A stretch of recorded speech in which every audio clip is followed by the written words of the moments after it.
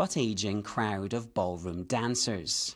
The weekly fixture of the Roche-Corbon Ganguette with a live band, vocals, trumpet and accordion, accompanying the hundreds of dancers on the stratified ballroom floor under the swirling disco lights and the gaze of smiling onlookers. Talking over the live music and clinking glasses, the co-owner, Romain Morisseau, told me how they had expanded the venue from 30 covers in 1998 to 1,500 today. The Sunday ball caters to an older crowd, he told me, but we've shifted from Bal Musette to the Rolling Stones to tailor to the changing tastes, he said.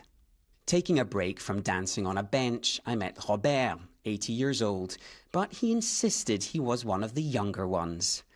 I've been coming for 20 years, he said. There are lots of attractive women, he laughed, but I'm far too old for that today. As I cycled back downstream to Tours, the recent renaissance of the Ganguette reminded me how the Loire itself has been and still is a source of livelihood, life and living. Jamie Smith-Maillet there. And that's all for this edition of From Our Own Correspondent. I'm Pascal Harter. The producer was Phoebe Keane. And we'll be back next week with more stories on the BBC World Service.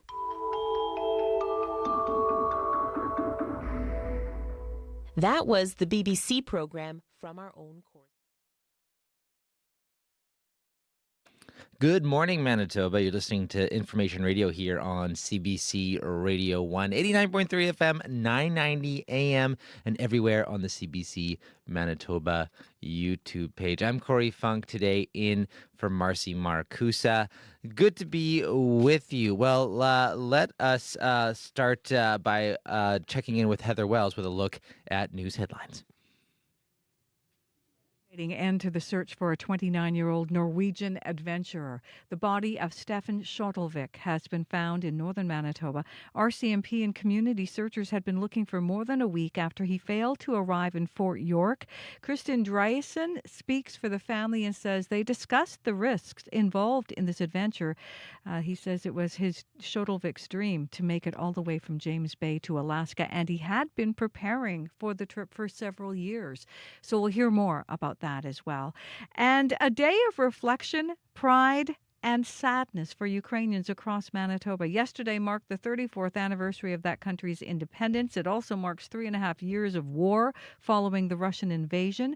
And people mark the event in West St. Paul. We will take you there in our next local news coming up at 6:30. Thank you very much, Heather. Thank you. That is Heather Wells at our CBC News Desk. Let's also say hello to the wonderful crew behind the glass this morning. May McKillop is our studio technician. Sierra Sanders is our studio director today. She'll also be keeping an eye on the commute. And Ezeka Abdelatif is making us all look great on our YouTube page. Stay tuned. This first half hour of Information Radio, we're going to be talking about Prime Minister Mark Carney's surprise visit to Ukraine. As well, we're going to talk about his dropping of the retaliatory tariffs on U.S. goods, which some critics are calling an elbows down approach. We're going to talk about how it impacted our relationship with our neighbor to the south. That's coming up. Also, if you've wondered what Winnipeg was like when horse-drawn carts ruled the roads, you might want to take a poverty and prosperity tour of Winnipeg. That's coming up this first half hour of Information Radio. 13 right now in Winnipeg at the Forks. We're heading for a very sunny day today, a high of 22, just that perfect summer day. Going to be sunny all week. I'll have more in-depth weather for you coming up after World Report. Today on Q. I'm Jill Deacon, sitting in for Tom Power. Musician and composer John Baptiste is here to talk about his new album, Big Money, his experience working with Stephen Colbert on his Late Show, and how a cold call to Randy Newman led to their duet. I live on a lonely avenue, and I feel so sad. Q, this morning at 10:30 in Newfoundland, and on the CBC Listen app. This is World Report. Good morning, I'm Marcia Young. Thick smoke is billowing over Gaza City. The Israeli military is pushing ahead to take control.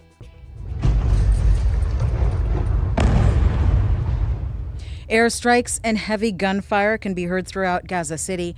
Israeli Defense Minister Israel Katz says the city will be razed unless Hamas agrees to end the war on Israel's terms and release all hostages. There are also more airstrikes hitting Khan Yunis this morning. Gaza's health ministry says they hit Nasser Hospital and killed at least 15 people. It says 4 of them were journalists. Israel's military says it does not target journalists and it will conduct an inquiry as soon as possible. Canada's Prime Minister is in Poland. Mark Carney is there to build security and economic ties with European allies.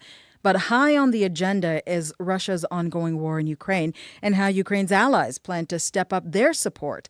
The CBC's Murray Brewster is following the Prime Minister. He joins me now from Warsaw. And Murray, what can you tell us about this visit? Well, the Prime Minister spoke with his Polish counterpart today about post-war security guarantees in Ukraine. It was one of the topics that came up. Now, Canada might be in for sending troops into Ukraine if there is a ceasefire with Russia.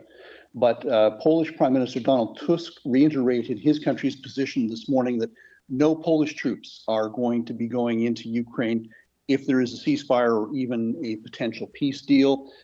He said that Poland will continue to provide logistical support to get troops and equipment in and out of Ukraine, and it will be guarding its border with Belarus. Now, Poland is in the midst of a major rearmament drive and recruiting drive as well. So it, unfortunately for them, can't spare the manpower to be part of any post-war arrangement within Ukraine. You had a chance to speak with Canada's defense minister. What is he saying? Well, Canada and Ukraine are going to get into the drone production business. That was part of yesterday's announcement when the Prime Minister was in Kyiv and meeting with Ukrainian President Volodymyr Zelensky. Now, Ukraine is a world leader in terms of small drone production for combat. And that is something that Canada wants to learn because it appears that drones are going to be the future of warfare. Now, Ukraine's defense industry is largely closed to the rest of the world because most of what it produces goes directly to the front. But there has been talk now among allies and Ukraine of opening up the market somewhat and allowing Ukrainian companies to become involved in drone production with selected allied countries. They just signed a $50 billion deal with the United States recently to facilitate drone production in the United States. I asked the defense minister a little earlier today about whether or not Canada was going to get into a similar arrangement with Ukraine, and he said that is part of the negotiations, but it's not been finalized. Thank you, Murray. You're welcome. The CBC's Murray Brewster in Warsaw, Poland. The family of Stefan Shotvvic says he was happiest in Canada. The 29-year-old Norwegian trucker disappeared while hiking along the Hudson Bay coast, and on Sunday his body was found near York Factory in northern Manitoba. Christian Dresden speaks for the family. He says they discussed the risks involved in the adventure. They have also talked to Stefan about possible outcome like this prior to his trip, bearing in mind all the significant risk that is in this area. And they have also decided to focus on the fact that Stefan lived this dream. Shotvvic was aiming to make it all the way from James Bay to Alaska. He had been preparing for the trip for several years. U.S. President Donald Trump says he is planning to send the National Guard members to more cities in the U.S. About 2,000 troops are now in Washington, D.C. Trump claims he's cracking down on crime, but the leaders of those cities are pushing back. Lisa Shing is following the latest from Washington. And Lisa, what do we know about Trump's plans? Well, Marcia, Trump is escalating a clash with Maryland Governor Wes Moore after threatening to send in National Guard troops to Baltimore. And this after Moore, a Democrat, invited the president to walk the streets with him. And Trump lashed out on social media, calling crime in Baltimore out of control. It's the latest as Trump tries to send troops to Democratic cities. First in Washington a couple of weeks ago, about 2,000 troops are are now on the ground here. Some are now carrying weapons too, which is a departure from the initial plans. U.S. media also reporting Trump is going to send National Guard members to Chicago too, something he's apparently been planning for weeks now. And they're supposed to be on the ground there as early as September, though it's not clear how many troops will go. But have a listen to Chicago's Attorney General Kwame Raoul on the fact the president can't federalize the National Guard unless it's for specific reasons. The Posse Comitatus Act limits the ability for the president to federalize the National Guard. We don't have a foreign invasion. We don't have a rebellion. So both Baltimore and Chicago, as well as D.C., have seen decreases in some crime this year, according to statistics. Now, Chicago's mayor, Brandon Johnson, says he's planning on taking legal action if Trump does send troops to a city. All right. Thank you, Lisa. You're welcome. The CBC's Lisa Shing in Washington. A powerful storm is blowing through Vietnam's central coast. Typhoon Kajiki is generating winds of up to 160 kilometers an hour. It made landfall this morning, and authorities are urging more than 500,000 people to leave their homes. As Laura Westbrook tells us, the storm has already blown through parts of China.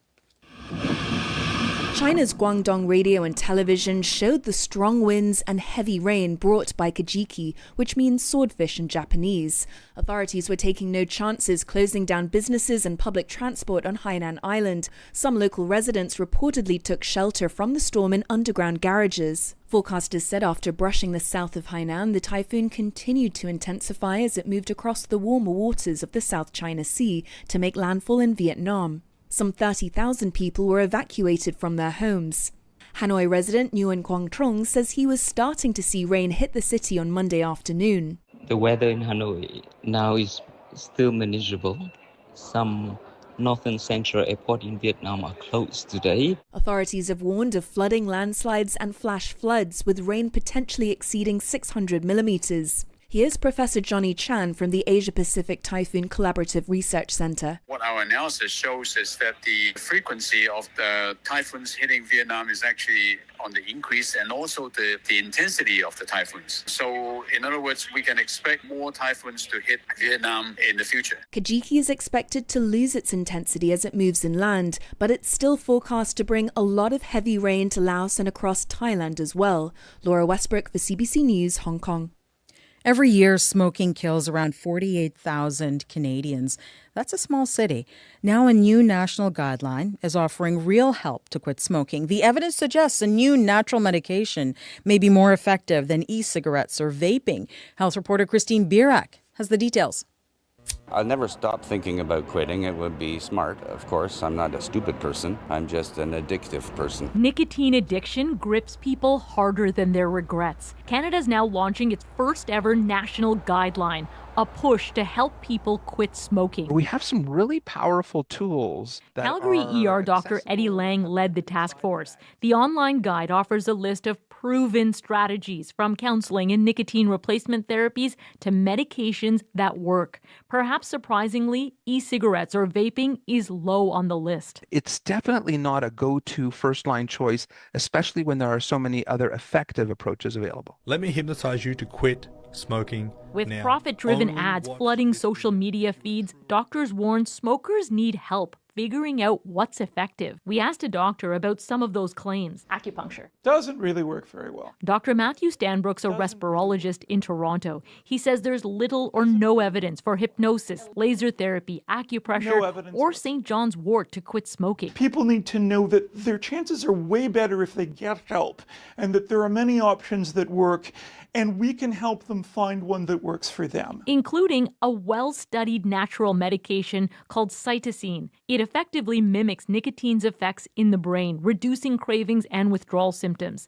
New help for a deadly old habit. Christine Birak, CBC News, Toronto.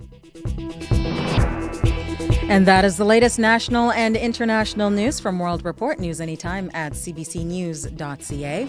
I'm Marcia Young.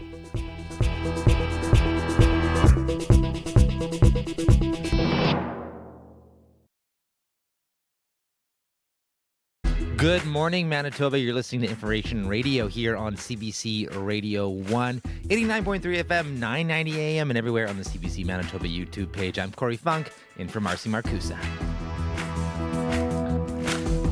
13 degrees right now at the Forks, warming up today to a high of 22, a very sunny high of 22, a nice change from the overcast we had over the weekend. Hope you had a lovely weekend. Let's catch you up on what's happening here in Winnipeg and around the world. Recent real estate numbers show much of Canada is in what's called a buyer's market. But how do you know when is the right time to buy your first home? Because in Winnipeg, it's a bit of a seller's market right now.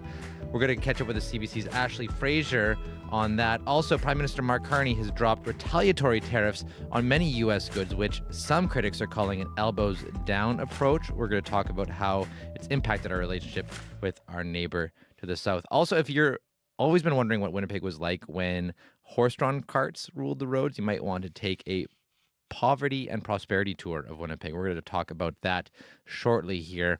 But first, at 6:11, let's check in with Heather Wells with a look at news headlines. Good morning. Well, the body of a Norwegian trekker has been found by searchers in northern Manitoba. Stefan Shotvvic was trying to trek from James Bay to Alaska, making stops along the way. Over the weekend, his body was found on the western shore of the fast-running Hayes River. The man who speaks for the family says Shotvvic was prepared and was happy on this trek. So we'll hear more from the family coming up. Drought has been replaced by days of rain, but it's not enough to wash away a state of agricultural disaster in the Arm of Coldwell. The Reeve there says recent rain made a bit of difference for corn crops, but moisture came too late to save cereal grains. I'll be back with more Manitoba news coming up at 6:30. Thank you very much, Heather. Thank you. That is Heather Wells at our CBC News desk. Well, let's take a quick look at your weather right now. Here in Winnipeg, we are sitting at 13 degrees at the Forks, heading for a high today of 22. Though cold nights are now the new norm, it's going to be dipping down to 8 overnight tonight, but warming up tomorrow to a high of 26. And looking ahead, it looks like it's just a sunny week, almost pretty much right across the board here in Winnipeg. In Brandon, it's 4 right now. Very cold in Brandon, but it is going to warm up today to 23, dipping back down to 6 overnight. Going to be sunny in Brandon today as well. And then Thompson, 3 degrees right now, heading for a high of 23, but you're going to be dipping down to 9. In Thompson this morning. And let's say hello now to Sierra Sanders, who's popping into the studio, and she is keeping an eye on the commute. Hello there. Good morning. How was Corey. your weekend? Oh, it wasn't too bad. How was yours? It was lovely. We went out to, well, it was interesting. We went out to Caddy Lake, which I know just a few months ago. I haven't been out to the Whiteshell since, of course, all the fires and things were happening, but we were in kind of the Whiteshell area, and it was wild. We actually hiked through a trail that was on fire like 2 months ago, and you could see the burnt out trees and everything like that, but so much has already grown in. It's wild to see. I know, ecosystems, nature, they just regenerate. It's crazy. Mm-hmm. And we even went through the Caddy Lake. We took our toddler through the Caddy Lake Tunnel, and I know on the other side of it is where there was lots of fire, but you couldn't even tell. It's wild how quickly things recover and things felt back to quote unquote normal, even though of course it's not. It's still recovering. It's a recovering area. It Yes, like. yes. Well, let's chat traffic. What's it looking like out there? So far, not hearing it too much. It's sounding right now, at least, it's sounding like a late August, early morning, Monday morning commute, if that's the best way to describe it. So I'm not hearing about too much happening on the roads just yet, but usually if you're listening at this time and you listen consistently, I sometimes eat my words. And then after 7 is when things really start picking up.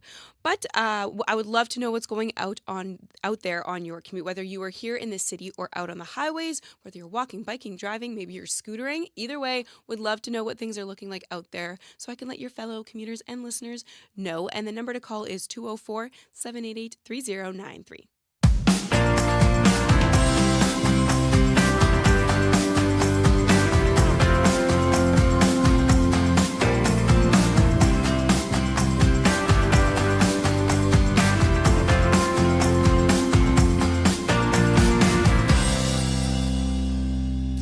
Well, Chicago of the North and Gateway to the West. These are just a couple of the nicknames earned by the humble city of Winnipeg back in the day. And if you'd like to walk in the footsteps of the Winnipeggers who called this place home in the early 1900s, you can do just that. We've got Maria Martin from the Dalnavert Museum on the line to tell us more. She is a tour guide and collections and research intern at Dalnavert. Good morning to you.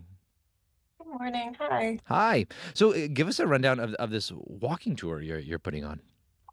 Yeah, so the Poverty and Prosperity Walking Tour is a walk from Alloway Archway to the Dalnavert Museum.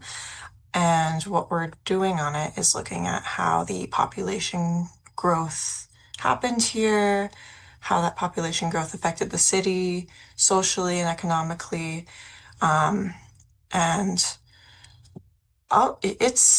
it's interesting to see. It's not often stuff that people discuss, I find. A lot of people overlook certain parts of history, especially the beginning of it and that foundation that was not necessarily the most equal, because half of the city was prosperous and beautiful, and then there's another half of the city that historically, since seems like the dawn of time here when the city was starting to grow, was more of an underbelly that wasn't necessarily worked on. So on this tour, we talk about both, and mainly while walking down Broadway, it would be a full day tour if we were going all around the city. But we talk about both and look how that affected the city and where we get to now. And what did that kind of tension between poverty versus prosperity look like specifically here in Winnipeg? What made it, uniquely Winnipeg? That's a good question.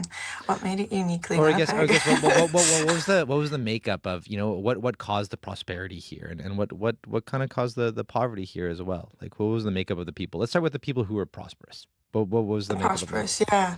The makeup of them seemed to be mostly people, with wealth and revenue coming not just from settlers from Europe originally that started to come and make things here, like at forts, like people from the Hudson's Bay Company and the Northwest Company, and lords that occupied land here. But then eventually, when the city started growing, it started to become rich bankers and lawyers and businessmen moving from Toronto and better parts of BC that moved here because there was this big, bold, bright future.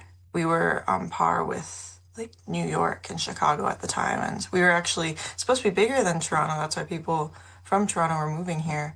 But that was all before the Panama Canal hit. A lot of people, lots of richer people were starting to move here, and it really helped the city in the sense that it was big foundations being laid. A big one was the Alloways. They did a lot for the city.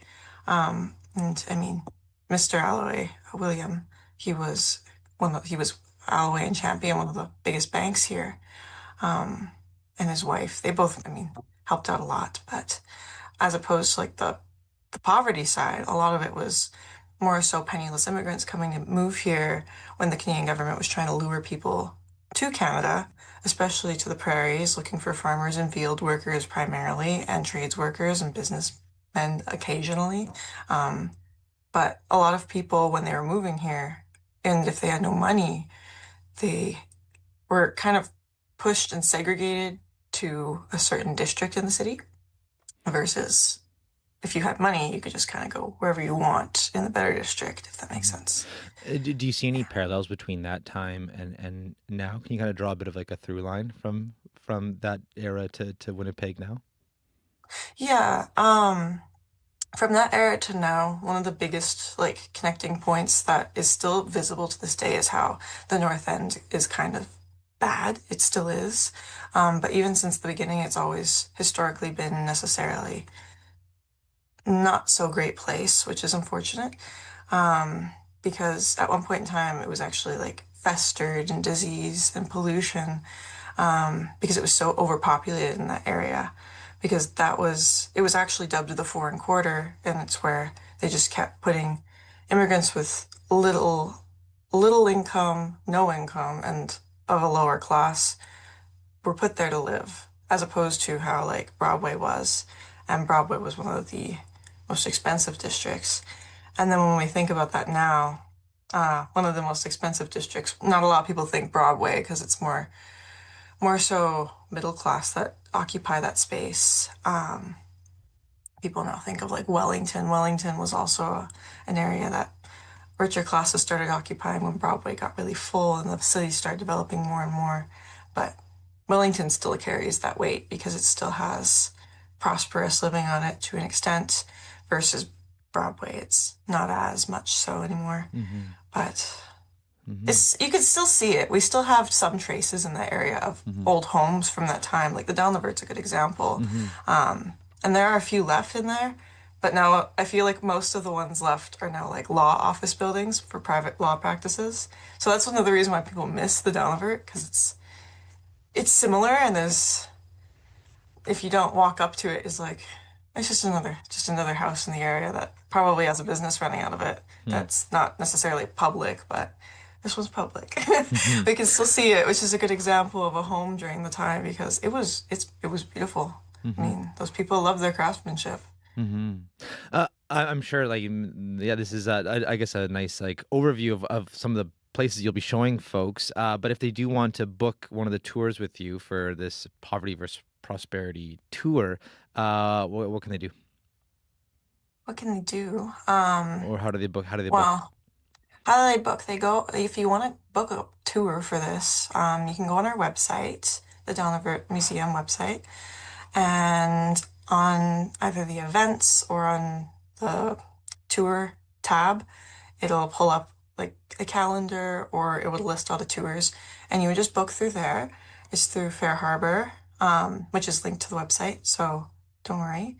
If not, you can just give us a call as well. We can help you book it over the phone. That's another way if you're having a little bit of trouble booking it online, but it's pretty simple to book online. Or if you are just in the area on days that you saw online, maybe when we're doing them, we mainly do them on weekends. And you're just around. If you want to do a walk-up, that's totally awesome and available. We usually allow 15 people on the tour, and we've had about the average about 8. So there's always space to welcome more people. So if you're ever doing nothing on an afternoon and it's on a weekend, come on down. You know? Great. Well, Maria, thanks so much for your time and all the best for the tour. Yeah, thank you so much. So that was Maria Martin with the Downlivert Museum, and we actually have a pair of tickets to give away as well. So to do that, all you got to do, we're going to make it a race. First person to email wins. For a chance when you email win@cbc.ca, that is win@cbc.ca. Just give the subject line tour. Breaking tonight. Every day. The tariffs are very good. They're very powerful. Canadians are always ready when someone else drops the gloves. We bring context to chaos. What are the consequences of this action? We must retaliate. In our own backyard. Come on! Plane crash! And beyond our borders. It's the scene of an airstrike. You're gambling with World War III. Negotiations are ongoing. From the source you can trust. It's time to dig deeper into the story. The National, Canada's newscast. Tonight on CBC. 6:23 right now. You're listening to CBC Radio 1. I'm Corey Funk, and today for Marcy Marcusa. Well, Prime Minister Mark Carney has been full of surprises lately. Yesterday, he made an unannounced visit to Kyiv to participate in Ukraine's Independence Day celebrations, and he pledged an additional $2 billion in military aid and promised to reintroduce troops in some capacity should there ever be a ceasefire. And on Friday, Carney raised eyebrows here at home by dropping retaliatory tariffs on many U.S. goods that is under the Canada-U.S.-Mexico Trade Agreement, or CUSMA. His hope is that it will kickstart negotiations with Donald Trump. And for more, we're joined by Paul Waldman. He's a columnist for MSNBC. Good morning to you. Morning. So yesterday was the Prime Minister's first official trip to the war-torn Ukraine. So what was the motivation behind that? Well, I think that he wanted to reinforce Canada's ties with Ukraine and the position of Canada in this conflict, especially given the context that President Trump just had this meeting with Vladimir Putin where he welcomed him to the U.S., to Alaska, and literally rolled out a red carpet. And it seemed to be a reversion to his previous pro-Russia stance, even though what he says is that he just wants to end the war. But it was a chance for Carney to contrast with that and to say that Canada is standing foursquare with Ukraine, and that has foreign policy benefits, but also domestic policy. I mean, there's a substantial Ukrainian-Canadian population, and Canada has accepted hundreds of thousands of Ukrainian refugees since the start of the war. So I think that, even though he may not have said anything explicit about contrasting himself and Canada's position with Trump and the U.S., that was always sort of hovering in the background. So, what does this do for Prime Minister Mark Carney in terms of his image on the world stage? Well, I think any opportunity to put himself, in these kind of high-profile events is good for him. He wants to be seen, I think, as all leaders do, as prominent and important in this sort of one of the central issues that the world is confronting right now. And he also, I think, wants to strengthen ties with Europe because nobody knows where Canada is going to be positioned in a year, 2 years, 5 years, vis-a-vis the U.S. and vis-a-vis Europe. So that seems to be one of the things that he wants us to really strengthen his European ties. If the situation and the relationship between the U.S. is not going to return to what it was, then it's more important than ever, and that's both kind of national and personal, that a lot of things get decided by what sort of relationships individual leaders have. So whenever he can go and have a chance to meet with other European leaders and talk to them, that from his perspective is all to the good. But what message does do these meetings like this send to the U.S. in particular, who I know we're currently shifting our trade policies with as we speak? Yeah, I am not sure how much attention is really being paid at the level that it makes the most difference, which is, of course, Donald Trump himself. I think more than any American administration, certainly in my lifetime, the sort of personal whims of the president make all the difference in policy. And Trump isn't going to pay too much attention to things that are not explicitly about him. It's not like Fox News is going to have extensive coverage of Carney's trip to Ukraine, and Trump watches Fox literally for hours every day. That's where he gets a lot of his information. And so, to a certain extent, even though it's a high-profile trip for Carney, it's not something that Trump is going to pay a great deal of attention to. And so, if the subtext may be pretty obvious to everyone else who's watching, but it may be lost on Trump, and so therefore there isn't much of a cost in terms of the relationship. Now, this is probably something that did get Trump's attention. So, of course, on Friday, Carney announced he's changing up the game by dropping some of the retaliatory tariffs on U.S. goods. And President Trump called the move, quote, nice. So do you think this will help secure a deal, or will Trump see this as Canada rolling over? Well, if Trump sees it as rolling over, then that actually makes it more likely that there's a deal because he sees everything as zero sum. There can't be any mutually beneficial arrangement. So if he feels like he's won in some small way, then that's actually good for Canada. But I think what we see with Carney is that he's sort of improvising a lot of the time. For some other countries that they've decided that the way to deal with Trump is kind of a one-off meeting where they come in and they present him with a certificate that says they've nominated him for the Nobel Peace Prize, or they give him some kind of flashy present, and that in their hopes will then get them the goodwill that will get them what they want. Obviously Canada and the U.S. have a much more complicated relationship, and it has to be an ongoing negotiation. And so what we see with Carney is a lot of sort of one step forward, one step back, changing his strategy, one day being a little more elbows up, the next day being a little more conciliatory. And he seems to be kind of improvising based on what's going on at the moment and what he thinks will lead Trump in the direction that he wants to lead him.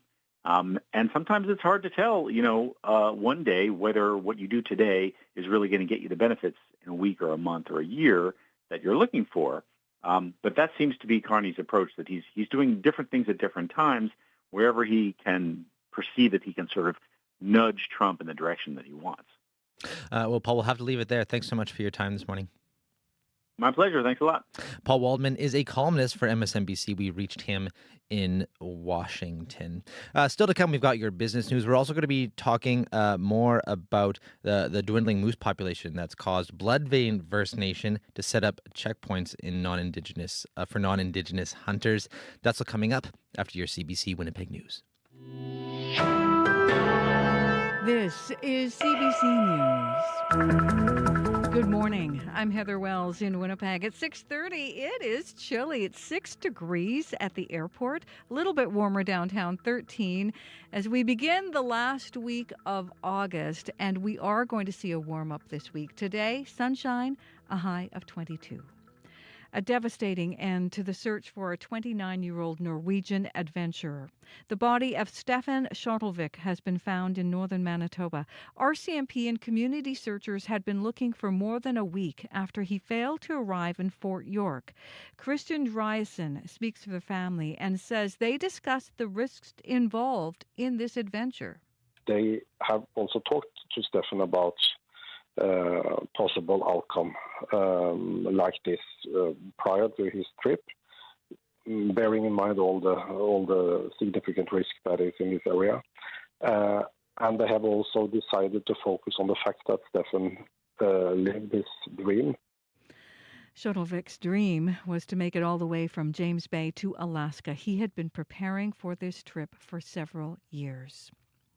RCMP are asking for your help finding a missing teenager from Portage la Prairie. Faith Strait is 13. She was last seen August 21st, last Thursday, around 3 in the morning at her home.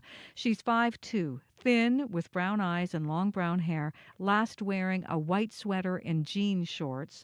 RCMP say they are concerned for her safety. If you have seen Faith Strait or know where she might be, you're asked to call police or Crime Stoppers.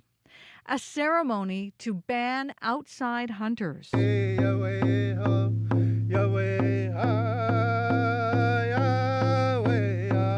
Bloodbane First Nation members welcoming a decision by the community to put signs up in an effort to bar non-Indigenous hunters. Leadership says the decision was made after years of outsiders coming to their community and being wasteful and disrespectful of the land while hunting. Lifelong trapper Frank Young says moose are one of the animals now hard to come by for local hunters. We started this because of the people living around here. There's no moose around here, and there's no place to hunt when it's been occupied by outsiders. The community's chief also says people with a provincial hunting license will be denied access to the area and wants the province to stop issuing hunting licenses for the area. CBC News has reached out to the provincial government for comment. And as Corey mentioned, you can hear more on this story coming up in this next half hour right here on Information Radio. An Israeli airstrike on a hospital in Gaza has now killed at least 19 people.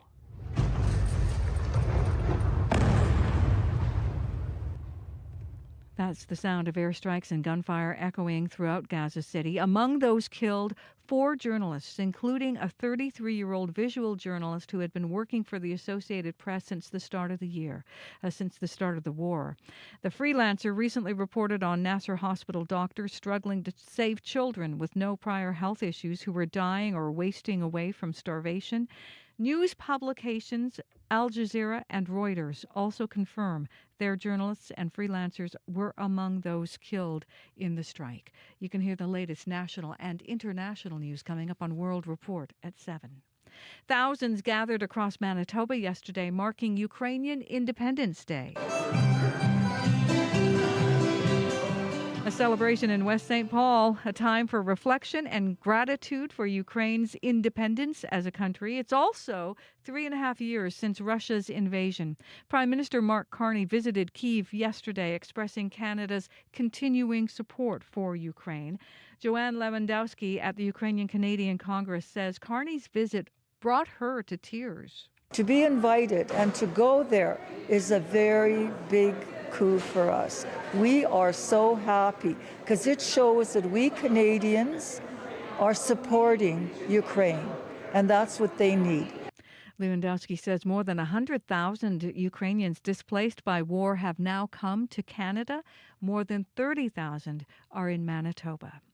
Well, drought has been replaced by days of rain, but it's not enough to wash away a state of agricultural disaster in the RM of Coldwell. Everyone at home is happy that we got the rain, but say it was a month earlier, we wouldn't have had the situation that we're in. Reeve Virgil Johnson says recent rain made a bit of a difference for corn crops, but the moisture came too late to save the cereal grains. And he says pastures are a little healthier now, but the cattle are still having a difficult time. Out in our country, when the crops come off, everybody bales up the straw for bedding for the cattle. And right now, there's literally, straw doesn't exist. Johnson says at this point, only a miracle would lift the state of agricultural disaster. You can find the latest news updated throughout the day. All you have to do is head to cbc.ca/Manitoba. Thank you very much, Heather. Thank you. That's Heather Wells at our CBC News Desk. Welcome back to Information Radio. I'm Corey Funk, sitting in today for Marcy Marcusa. Let's take a quick look at your regional forecast here in Manitoba. Right now in Winnipeg, we are sitting at 13 at the Forks. It's going to be warming up today to 22, and you can expect a sunny day ahead. But the theme this week, pretty much right across the province, is going to be warm days, warm sunny days, and cold, clear nights for the most part. Going to dip down to 8 overnight here in Winnipeg, but then warm up to 26 and sunny tomorrow. Looking to Dauphin now, which is 7. You're going to be warming up to 25 today. You can expect a mix of sun and cloud, and it's going to dip down to 8 overnight. Brandon, you are at 4 right now, but you're going to be warming up to 23, then dipping back down to 6 overnight. Clear skies ahead for you, with maybe a little mix of sun and cloud throughout the day as well, but overall fairly sunny. Thompson, you are at 3 right now, heading up for a high of 23 today. Going to be dipping down to 9 overnight with a mix of sun and cloud. You could also expect a bit of showers tomorrow as well. 70% chance of showers or so. If you see anything going on in the commute, it's been a pretty quiet commute overall so far. We haven't heard of any major issues out there, but you can always give Sierra a call on that CBC commuter line. That number to call, 204-788-3093. Well, next on the show, let's check in with Phil DeMont, who's here with the Business Report. Good morning. The Funk Master, how are you, Corey? Good, doing well. You're not the first person to call me the Funk Master. I'm still waiting for like someone to give me original play on the last name Funk. Yeah, you're gonna get nothing original from me, and that I just like the fact that I can call you the Funk Master, and it's actually your name. Yeah, it's true. Well, let's talk about interest rates now, Phil. So on Friday, U.S. Federal Reserve Chair Jerome Powell gave a major speech, and he hinted that he might actually cut interest rates. So I think a lot of people with mortgages coming up are probably wondering, is it likely that the Federal Reserve and the Bank of Canada will cut interest rates soon? Well, it's not a slam dunk, Corey, but it does look like the U.S. Federal Reserve will lower borrowing costs when it meets again in September. Jerome Powell was talking at a big economic conference on Friday at Jackson Hole, Wyoming. He talked about adjusting the bank's policy stance because of recent developments. That's central bank speak for the employment numbers were really a problem, and we might have to cut rates. Economists have been looking at the jobs market in the U.S. And layoffs and kind of thinking it's actually softer than it at first appears. So financial markets now have the probability of a rate cut in the U.S. at 90%. Canada's a little different position. It's a little odder position, too, in a way. The economy is slowing faster than the U.S., so usually that would mean the bank would cut rates to get the economy going again. But both central banks have a big problem. The core rates of inflation in Canada and the U.S., they're too high. They're 3%. The fear is in the U.S. that the tariffs will start to increase prices down there by the end of the year, so that 3% could go up. In Canada's case, it's been there for a while. It's like 4 months at 3%, and I think the bank's a bit puzzled, for want of a better term, about why it's hanging around that long. So they're concerned, I think, if they cut rates, that whatever's feeding into the core interest rate will start going up higher, and then they've got a bigger problem. The U.S., though, I think they're going to look look at cutting rates because the financial markets are so primed to see a rate cut now that not to do one would tank stock prices. And you kind of go, well, why would that matter? Well, because that's actually an economic force. So companies would react negatively to lowering stock prices. People, their portfolios would fall down, that kind of stuff. So it would actually be an economic problem. I think Jerome Powell's locked into a rate cut just for no other reason. The markets think he's going to cut rates. Let's talk trade now. So recent figures actually show that Mexico is selling more to the U.S. and Canada is selling less. So why is there that difference? Yeah, analysts say it's because of product mix and personalities. Led to an odd situation, though. You're right. The existing free trade deal has Canada sending more duty-free goods into the U.S. than Mexico, above 90 to about 85 for Mexico percent. But this year, Mexican exports to the U.S. up more than 6%, while our sales down there, down 13%. A big factor is what we sell. So we export. The biggest thing we sell in the States is oil. But prices are way down from where they were last year. It was an average about almost $76 U.S. a barrel. It's now $64 a barrel. So even if we're selling the same number of barrels, the price now means the value of what we're selling is less. Meanwhile, south of the border, in Mexico, because that's south of the border, their biggest exports north are computers, up 64% this year. That's because American companies pivoting away from China towards Mexico as a big supplier. Experts say that's been kind of going on for a while. Mexico's share of U.S. trade has been increasing. Then there's the personalities. It worked well in Canada, but Mark Carney's original elbows up tactic kind of annoyed Donald Trump. Mexican President Sheinbaum, she took a softer approach to retaliation, got Mexico a 90-day reprieve, and lower tariff rate. And finally here, so a restaurant rebrand is stirring up the culture wars in the U.S. What's going on there? Yeah, it's Cracker Barrel, the slightly cheesy, nostalgic chain of restaurants. The branded logo has an old man in overalls sitting on a wicker chair, leaning on a barrel, the Cracker Barrel. Company said, well, maybe we got to update that a bit. So they spent $700 million on a rebrand, dumped the old guy off the logo, stripped down the name to just the font, and promised to declutter the menu. Sparked outrage all over the place. Some people saying, quote, another little piece of culture dying off. Seems a little hand-wringing, but okay. Some MAGA commentators, Trump supporters, calling the logo change woke.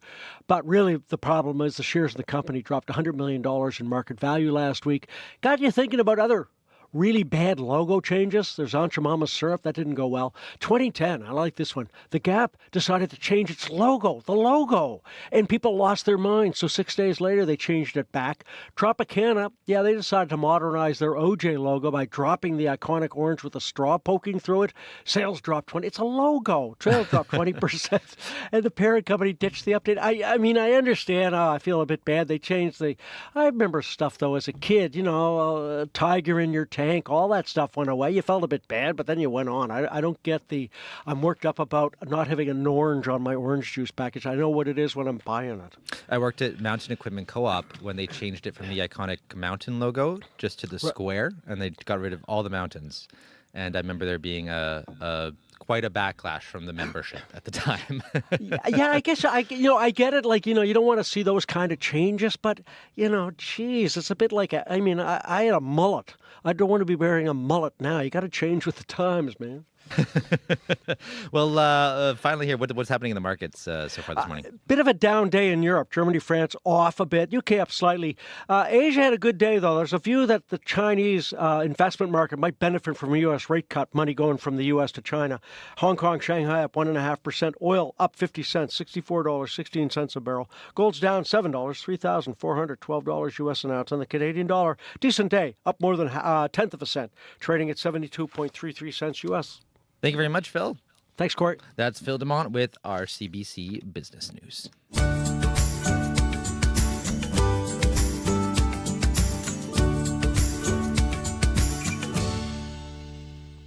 6:43 right now. You're listening to Information Radio here on CBC Radio 1. I'm Corey Funk, sitting in today for Marcy Marcusa.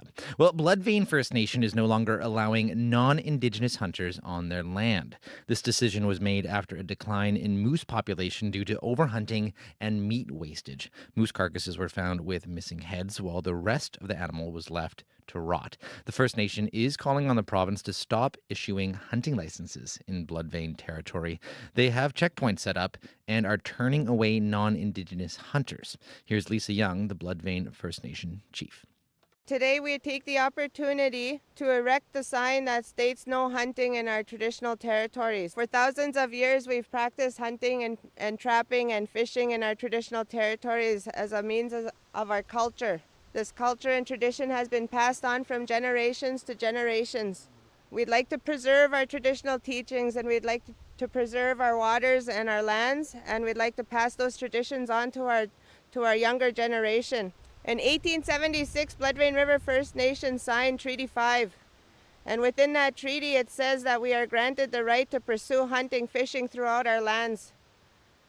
With the Natural Resources Transfer Act in 1930, it states that we are allowed to use our unused Crown lands for those purposes. And we're expressing our right to preserve these lands for our traditional use, to sustain ourselves during hunting season and fishing season. CBC's Gavin Axelrod spoke to former Chief Frank Young about his community's declining moose population. It's always been hard for us to hunt because we couldn't find a place to hunt. There was so many other hunters around that were taking our place from hunting, and it was always like that. It was hard, and we've been working on this for quite a while now, trying to stop it from being an open hunting area. And now that we finally come to a conclusion that it is going to be closed now, it's going to be better for the people around here that live off the land here. So it's a good idea. What kind of challenges are people who live off the land having right now in terms of being able to go out and hunt moose? Well, it's pretty hard right now.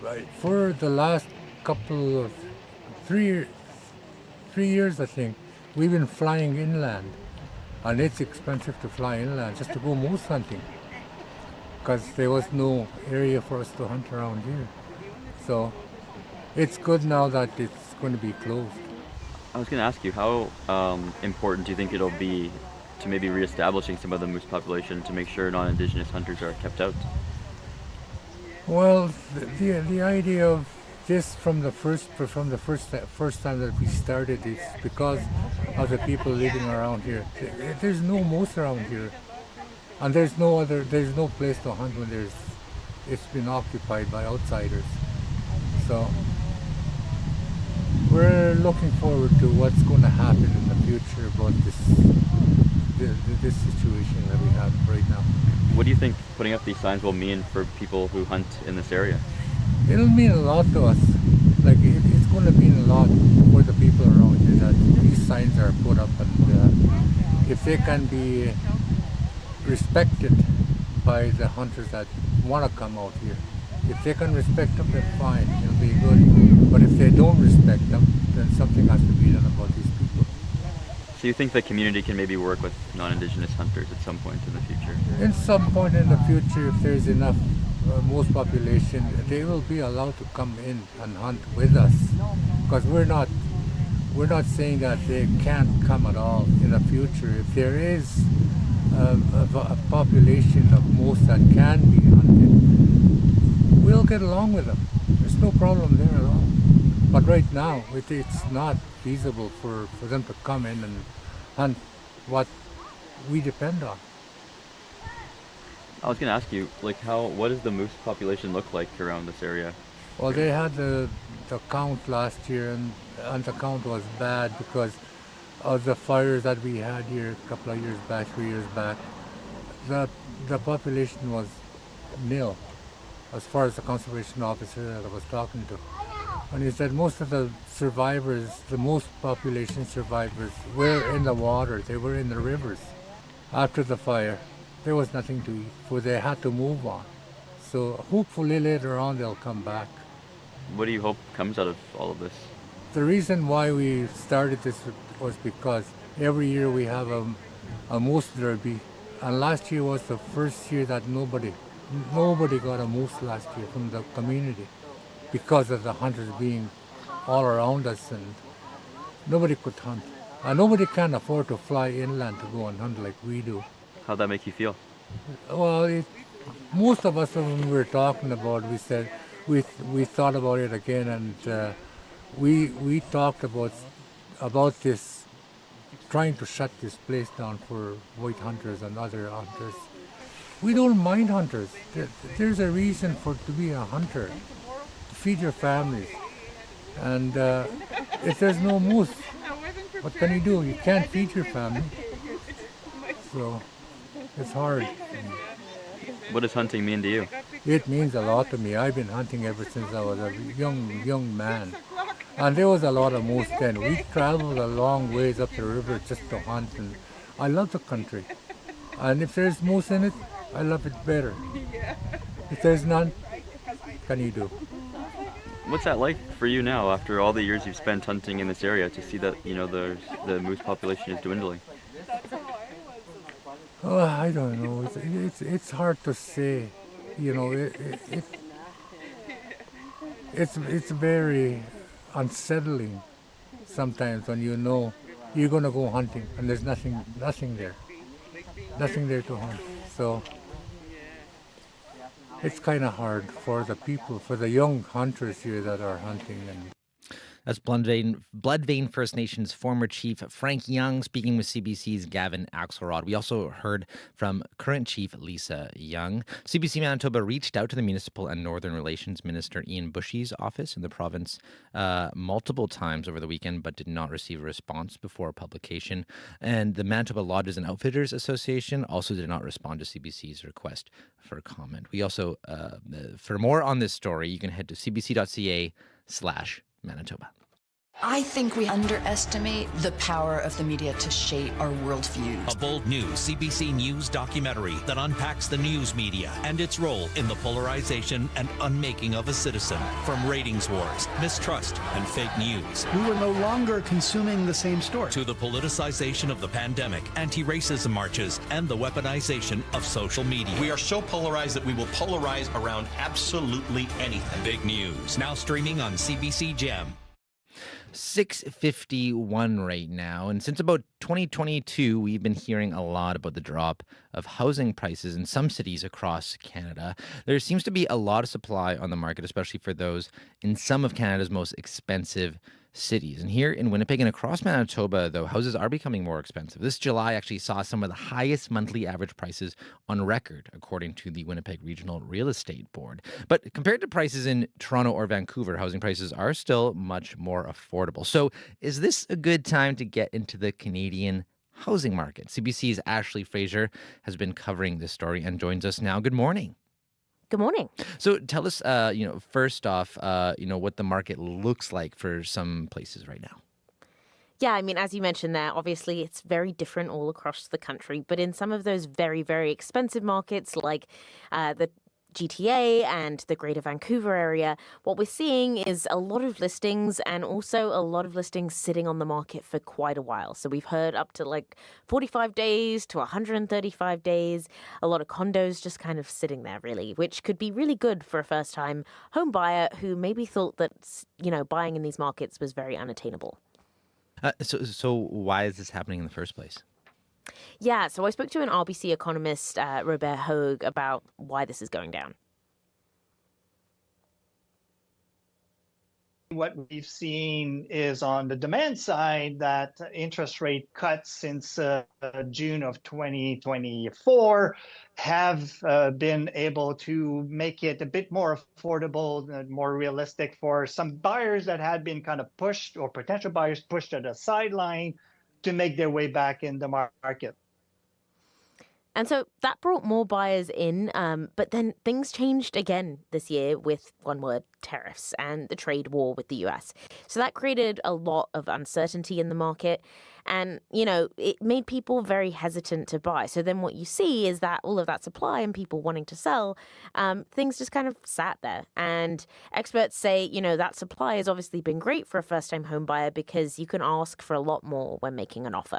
So what does that mean then for a first-time buyer in that kind of market? Yeah, so it's what we call a buyer's market. So I asked a real estate agent, Heather Haddon, here in Toronto about what that really looks like for a first-time buyer. What it means is you can come in with an offer and offer less than the asking price. and negotiate back and forth. You can ask for the closing date you want, and you can make the offer conditional on a home inspection or getting your financing in order. It's way more relaxed, and the buyer has a lot more power. So then does this mean this is the best time to buy versus rent in markets where this is happening? Well, it really depends because, prices are not dramatically down. The average one bedroom in Toronto right now is just under $700,000 still. So the real estate agent we spoke to said, you obviously can negotiate these prices, which is great, which is unlike it in previous markets we've had. But we spoke to a mortgage broker and he explained, you really have to figure out what your financial situation is. So first off, you've got to qualify for a mortgage. The golden rule there is that you'll qualify for around 4 times your income. But then, of course, you've got the down payment, which could be as low as 5%. So you really have to see what you can afford and if that outweighs the cost of renting each month versus having a mortgage each month. So then what should first-time home buyers be considering then when they're trying to get into the market then? Yeah, so, some reminders from this mortgage broker was also that there are a lot of extra costs on top of the mortgage, right? So you've got your closing costs, so that could be legal fees, home inspection fees, land transfer tax, and that's around 4% of the home's value. Then there's potentially mortgage insurance on top of your mortgage, depending on the type of mortgage you have. And then there's utilities and potentially maintenance fees if you buy a condo. Now, those costs are usually part of your rent price, right? So when you're looking, you really have to assess, okay, wait a minute, let's add on all these other extra costs per month and see if that really outweighs your cost of renting and also the investment and whether it's your time or not. So I guess this is the $1 million question, particularly if you live in Toronto or Vancouver. So is it now or never if you want to buy for the first time then? Right, yes. So, no one's really has a crystal ball with this answer, right? But the economist that I spoke to said we've really seen that sort of economic uncertainty ease a bit when it comes to tariffs. So he thinks we could be at the start of an up market. And then, as you mentioned, across the country, prices are up. The Canadian Real Estate Association did do a report that said home sales rose in July compared to the previous month. So hearing that, if you are a first-time home buyer, that might make you a bit nervous. But the economist said, interest rates are still a lot lower than they were last year. So that makes it a good time to buy if you've got your finances in order. He also said we're not going to see an explosion of high prices this year. It'll be a gradual increase. But I'll end here with one last piece of advice from the real estate agent we spoke to. So many first-time buyers are waiting for that, I want to wait until the very bottom. You can never find the bottom. I've seen this in down markets before where people have waited, and the people that wait, they tend to miss it, and then it's going back up, and they lost the chance. So I would say if you can find something that is a really good deal and that you think is a good investment over time, now is the time. Well, Ashley, thanks for this. Really appreciate it. Thank you. Ashley Fraser is a reporter with the CBC's The National. You can see Ashley's item tonight on The National at 9 p.m. on CBC News Network, or watch it now on The National's YouTube channel and on CBC.ca. Well, 6:50 now. We are coming up to World Report, but first let's check in with Heather Wells with a look at news headlines. Good morning. The body of a Norwegian trekker has been found by searchers in northern Manitoba. Stefan Shotvvic was trying to trek from James Bay to Alaska, making stops along the way. He failed to show up as expected in York Factory more than a week ago, and yesterday his body was found on the western shore of a fast-running river, the Hayes River, in that area. The speaker for the family, Christian Dreisen, says Shotvvic was prepared for this journey and was happy in Canada. So we'll hear more about that. We're also going to hear how Ukrainian Independence Day was marked in Manitoba yesterday in our next local news coming up at 7:30. Thank you very much, Heather. Thank you. Well, stay tuned to Information Radio. Coming up after World Report, Jennifer Jones is going to join us on the show. We're going to hear more from her about her new book and the battles she endured during her career on and off the ice. Also, students are heading back to school this Monday morning at River Polytech. We'll talk to the school president about enrollment and the new courses for 2025. That's all coming up here on Information Radio. Stay tuned. I'm Corey Funk, in for Marcy Marcusa. I'll see you after World Report.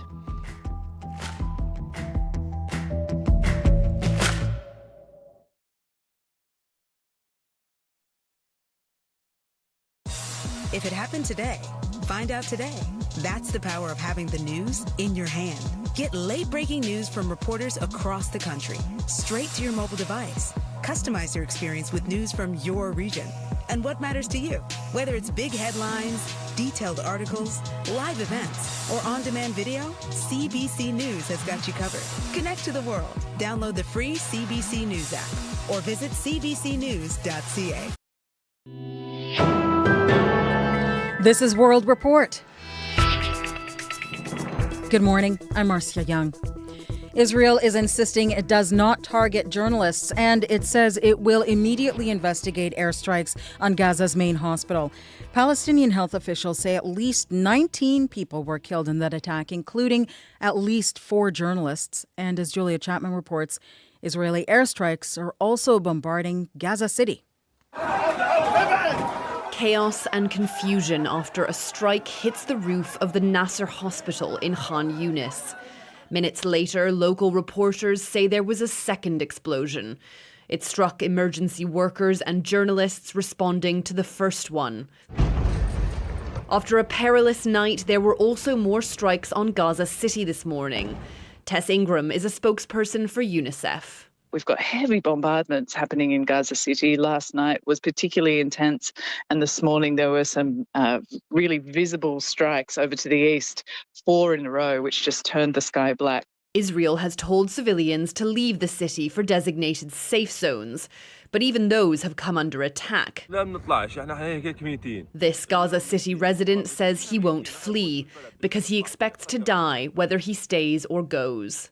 A UN-backed report found nearly 500,000 people in Gaza are experiencing famine, which Israel denies. Humanitarian groups warn Israel's offensive will only send that number rising. But Israeli media are reporting the head of the IDF is pushing for a deal with Hamas. Eyal Zamir reportedly says conditions have been met to get the hostages released. Mediators hope there is time to reach an agreement before Israel fully launches its occupation of Gaza City. Julia Chapman, CBC News, London. Thank you very much, Prime Minister Tusk. Dear Donald, it's a great pleasure for me to be back in Warsaw. Prime Minister Mark Carney is trying to strengthen Canada's economic and defence ties in Europe. Carney is meeting with Poland's Prime Minister. On top of the agenda, ongoing war in Ukraine. Poland is absolutely essential to the defense of Ukraine. 90% of the people and the materiel transit through Poland. So we're together working side by side in Ukraine, together side by side in NATO. Carney says Canada has learned a lot from Poland, including how important it is to spend more on security. Poland is on track to spend more than 4% of its GDP on defense. And Carney says Canada plans to quadruple its defense spending between now and the end of the decade. Every year, smoking kills around 48,000 Canadians. That's a small city. Now a new national guideline is offering real help to quit smoking. The evidence suggests a new natural medication may be more effective than e-cigarettes or vaping. Health reporter Christine Birak has the details. I'll never stop thinking about quitting. It would be smart, of course. I'm not a stupid person. I'm just an addictive person. Nicotine addiction grips people harder than their regrets. Canada's now launching its first ever national guideline, a push to help people quit smoking. We have some really powerful tools. Calgary ER doctor Eddie Lang led the task force. The online guide offers a list of proven strategies, from counseling and nicotine replacement therapies to medications that work. Perhaps surprisingly, e-cigarettes or vaping is low on the list. It's definitely not a go-to first-line choice, especially when there are so many other effective approaches available. Let me hypnotize you to quit smoking. With now. profit-driven Only ads watch flooding social media feeds, doctors warn smokers need help. figuring out what's effective. We asked a doctor about some of those claims. Acupuncture doesn't really work very well. Dr. Matthew Stanbrook's a respirologist in Toronto. He says there's little or no evidence for hypnosis, laser therapy, acupressure, or St. John's wort to quit smoking. People need to know that their chances are way better if they get help, and that there are many options that work, and we can help them find one that works for them. Including a well-studied natural medication called cytosine. It effectively mimics nicotine's effects in the brain, reducing cravings and withdrawal symptoms. New help for a deadly old habit. Christine Birak, CBC News, Toronto. France is summoning U.S. Ambassador Charles Kushner. He is the father of Donald Trump's son-in-law, and he's written an open letter to France's President Emmanuel Macron. In it, Kushner accuses Macron's government of not doing enough to combat anti-Semitism in France. France's foreign ministry denies the allegations, calling them unacceptable. Last month, France said it will recognize Palestinian statehood at next month's UN meeting. Kushner, who is Jewish, says that declaration is fueling violence against Jewish life in France and emboldening extremists. The city of Montreal may adopt a new anti-racism policy later today, but as Kwabina Oduro tells us, community groups say it's missing a key component. It has clearly omitted those two important words, which are anti-Semitism and Islamophobia. Farida Mohammed of the Canadian Council of Muslim Women says Montreal's anti-racism policy doesn't explain how the city intends to address hate and extremism. We're not actually naming the problem. And the biggest problem at the moment in Montreal, and elsewhere in Canada for that matter, is the hate directed at different communities. And a lot of them are religious-based communities. As it stands, the policy focuses on urban safety, cultural, economic, and territorial equity, and inclusive participation. Mohammed says minority groups weren't included in the discussions. The city of Montreal has to do better, and they should have consulted all these racialized, all these religious communities before they actually, scribble down the guiding principles. According to Montreal Police, there's a 6% increase in hate crimes reported between 2023 to 2024, and hate incidents were triple that at 18%. Foniemi is the executive director of the Center for Research Action on Race Relations. What we've seen in this city, what we've seen in this province in the last years, and more recently, as early this month, there are very, very disturbing acts of violence. In a statement, the City of Montreal says it's determined to fight hate crimes head-on with the help of the Montreal Police Crime Unit. The 5 organizations are hoping the city will change the anti-racism policy in time for the City Council meeting later today. Kwabina Oduro, CBC News, Montreal. Friends and family of a missing Norwegian hiker are grieving. The body of 29-year-old Stefan Shotvvic was found in northern Manitoba on Sunday. Shotvvic was walking along the Hudson Bay coast from Fort Severn, Ontario. His goal was to one day reach Alaska, but he didn't reach his next planned stop at York Factory, Manitoba. Here is Manitoba RCMP Sergeant Paul Meneig. It was almost a 300-kilometer trek. He made it 295 kilometers through extremely difficult terrain, which some experts have said there's only a few people on this planet that can do it. The fact that he made it that far is just a testament to his skills. He says this search and rescue mission was one of the most difficult ever conducted in the province. A spokesperson for the hiker's family says they are relieved the search has now come to an end. A BC ostrich farm says it will take its fight to save its flock all the way to Canada's highest court. The farm was ordered to cull the birds after it experienced an outbreak of avian flu. And last week, it lost an appeal of that order. Yasmin Khanea tells us where the legal battle could go from here. Some campsites, some RVs. A video shows tents set up at Universal Ostrich Farms as supporters protest an order to cull hundreds of ostriches after an avian flu outbreak. Katie Pasitny's parents own the farm. They see that there's a problem with these animals not getting tested and that they could be murdered and culled without verifying their health. The CFIA ordered the cull after dozens of ostriches died in late 2024 and early 2025. 2 birds tested positive for avian flu. The agency says the cull is necessary to protect animal and human health. But the farmers say the surviving birds are healthy and should be tested, as they could provide valuable insight into fighting avian flu. It's been an ache watching our future and possibly the future of health breakthroughs hang in the balance. After losing an appeal to stop the cull, the farmers are now preparing to take their case to the Supreme Court of Canada. Lawyer Omar Sheikh. What we're looking to do is try and get some reason put into the thinking around these cull orders with different species. The Supreme Court of Canada only hears a small number of cases that it considers to have national significance. But the farmers say they'll do whatever they can to save their birds. Yasmin Ranea, CBC News, Vancouver. And that is the latest national and international news from World Report. More on our top story at cbcnews.ca on our main page. Read about Israeli airstrikes on a Gaza hospital kill at least 19 people, including 4 journalists. I'm Marcia Young.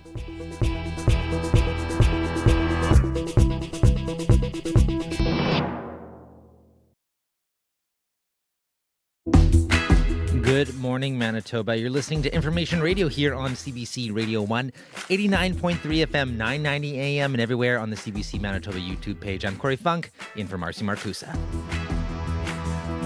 Coming up this hour on the show, curling star Jennifer Jones is going to join us. We're going to hear more about her new book and the battles she's endured during her career on and off the ice, and how her accomplishments and struggles have shaped her into the person she is today. That's coming up in just a few minutes here.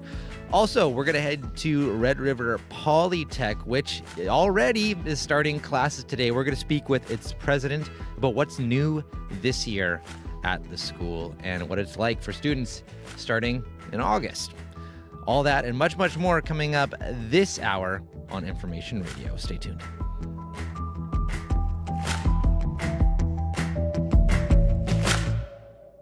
7:11 right now. Let's check in with Heather Wells with a look at news headlines. Good morning.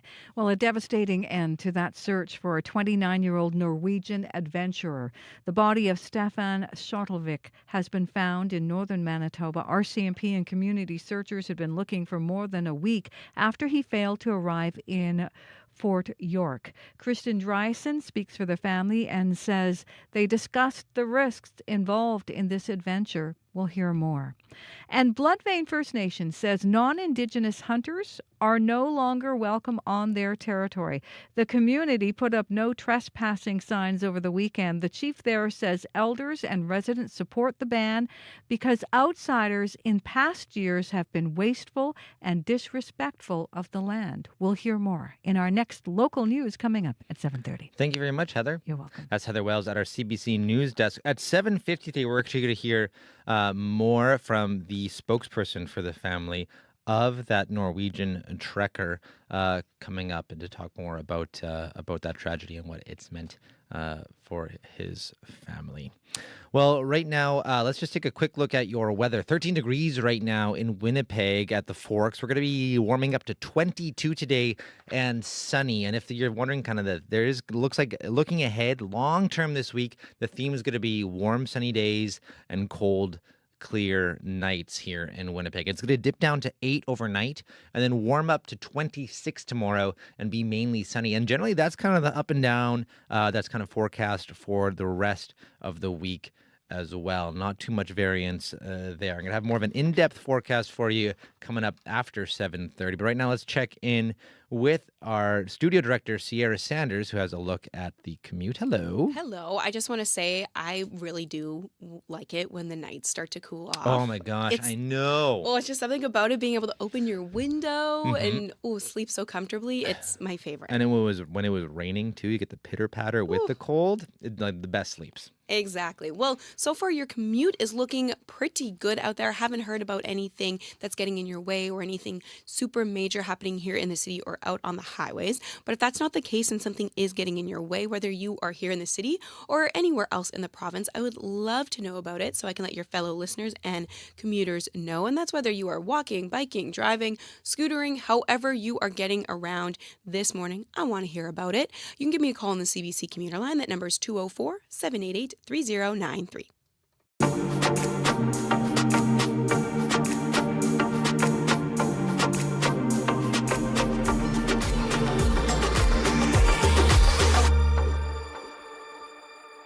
Well, you may know our next guest.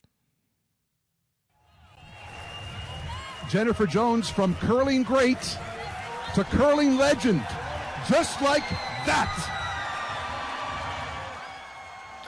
Well, if you are a curling fan, you may remember that iconic moment. That is Winnipeg curling legend Jennifer Jones winning gold at the 2014 Sochi Winter Olympics. And she's an Olympic gold medalist, world champion, and lawyer, as well as a mother. And now she can add author to her stellar resume. She's opening up her life in a new memoir called Rockstar: My Life on and Off the Ice. And Jennifer joins us now over the phone to tell us more. Good morning to you. Good morning. So we played a clip of you there. So now I guess we're, over 10 years away from that. So what comes up for you, now looking back 10 years when you hear a moment like that? Oh, well, thanks for starting my day off great, because I get this big smile on my face. Obviously, it was a moment of a lifetime. And I just remember going into those games, and we enjoyed every single moment of it and played as well as we've ever played. And to do that at the biggest moment in your athletic career was something that dreams are made of. So it was just a dream come true kind of moment for us, and just so much pride in representing Canada. What was happening for you off the ice at that time? Because I know this memoir coming up is talking about everything. I think everyone knows the Jennifer Jones on the ice, but this book kind of shines light on that. Can you think about because you're balancing life as a lawyer and a mother and all this stuff. So we see you, taking home gold, but what it was like for you back then around, for a gold medalist like yourself at that time?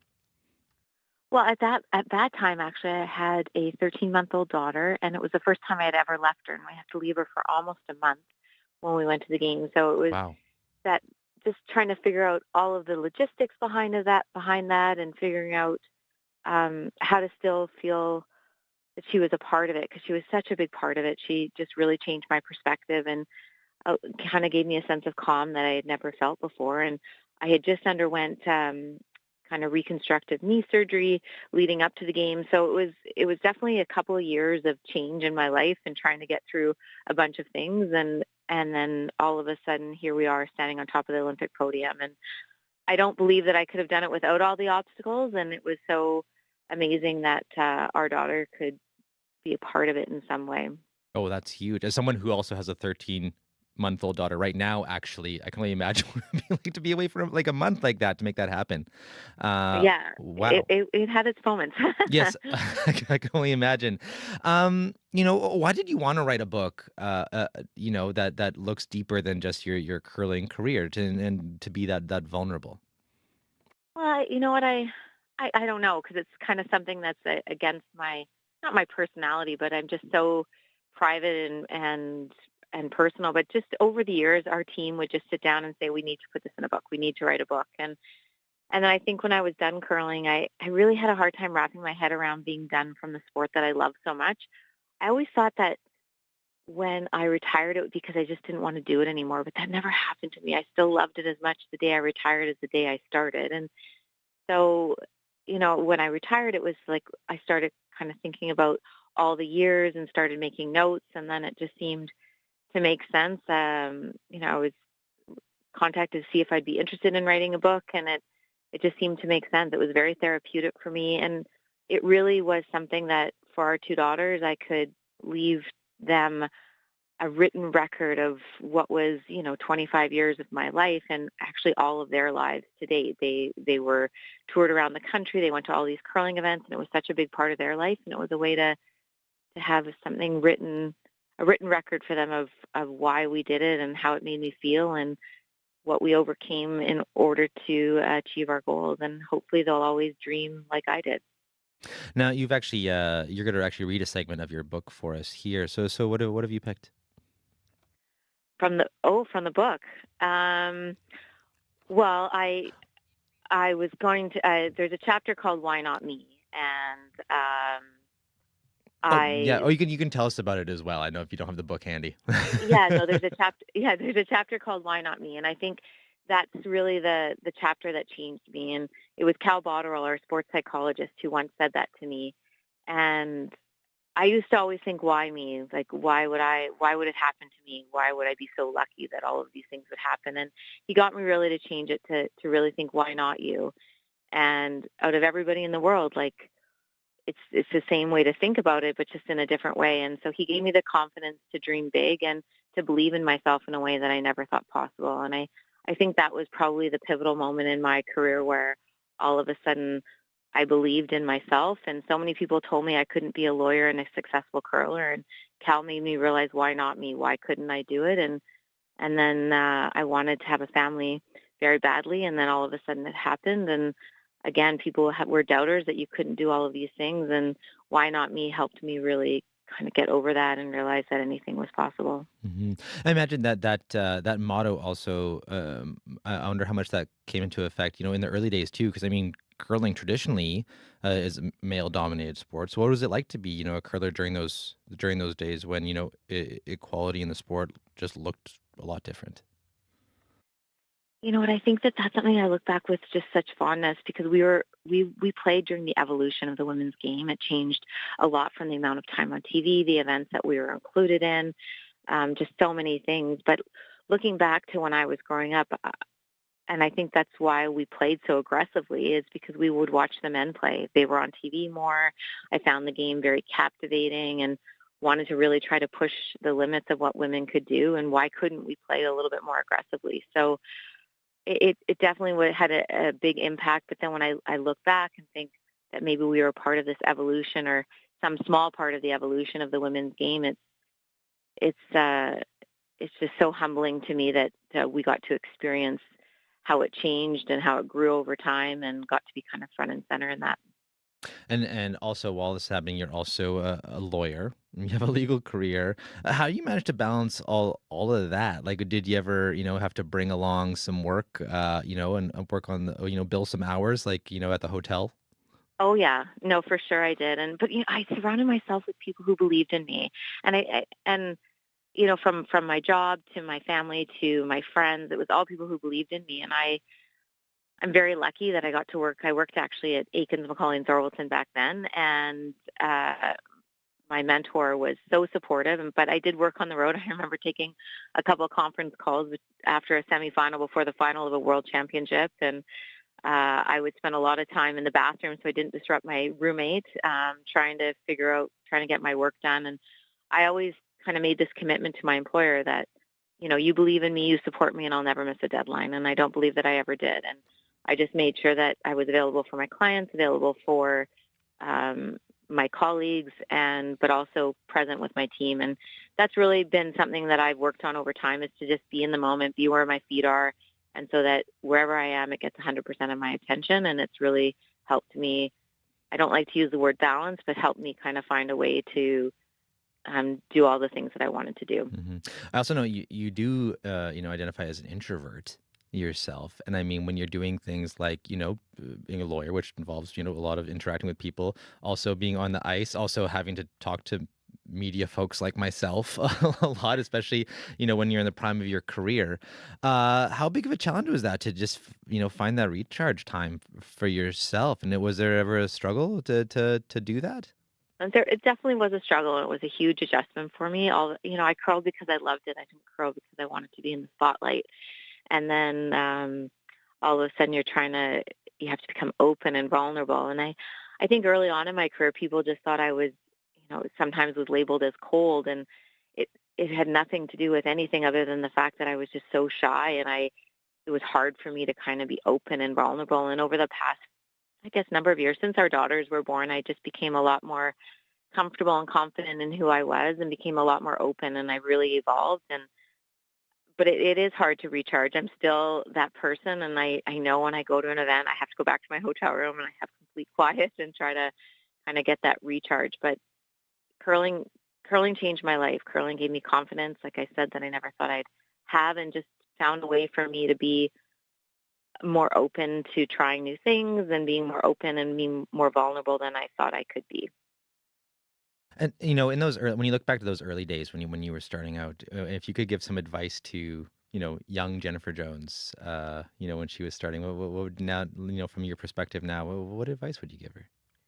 Well, there's a couple of things that I think that I love that I did. Never forget to smell the ice. And I always say that in a way, never forget to enjoy what you're doing. Remember why you started and that childhood joy of curling. And I never did. I never forgot to smell the ice and really soak it all up.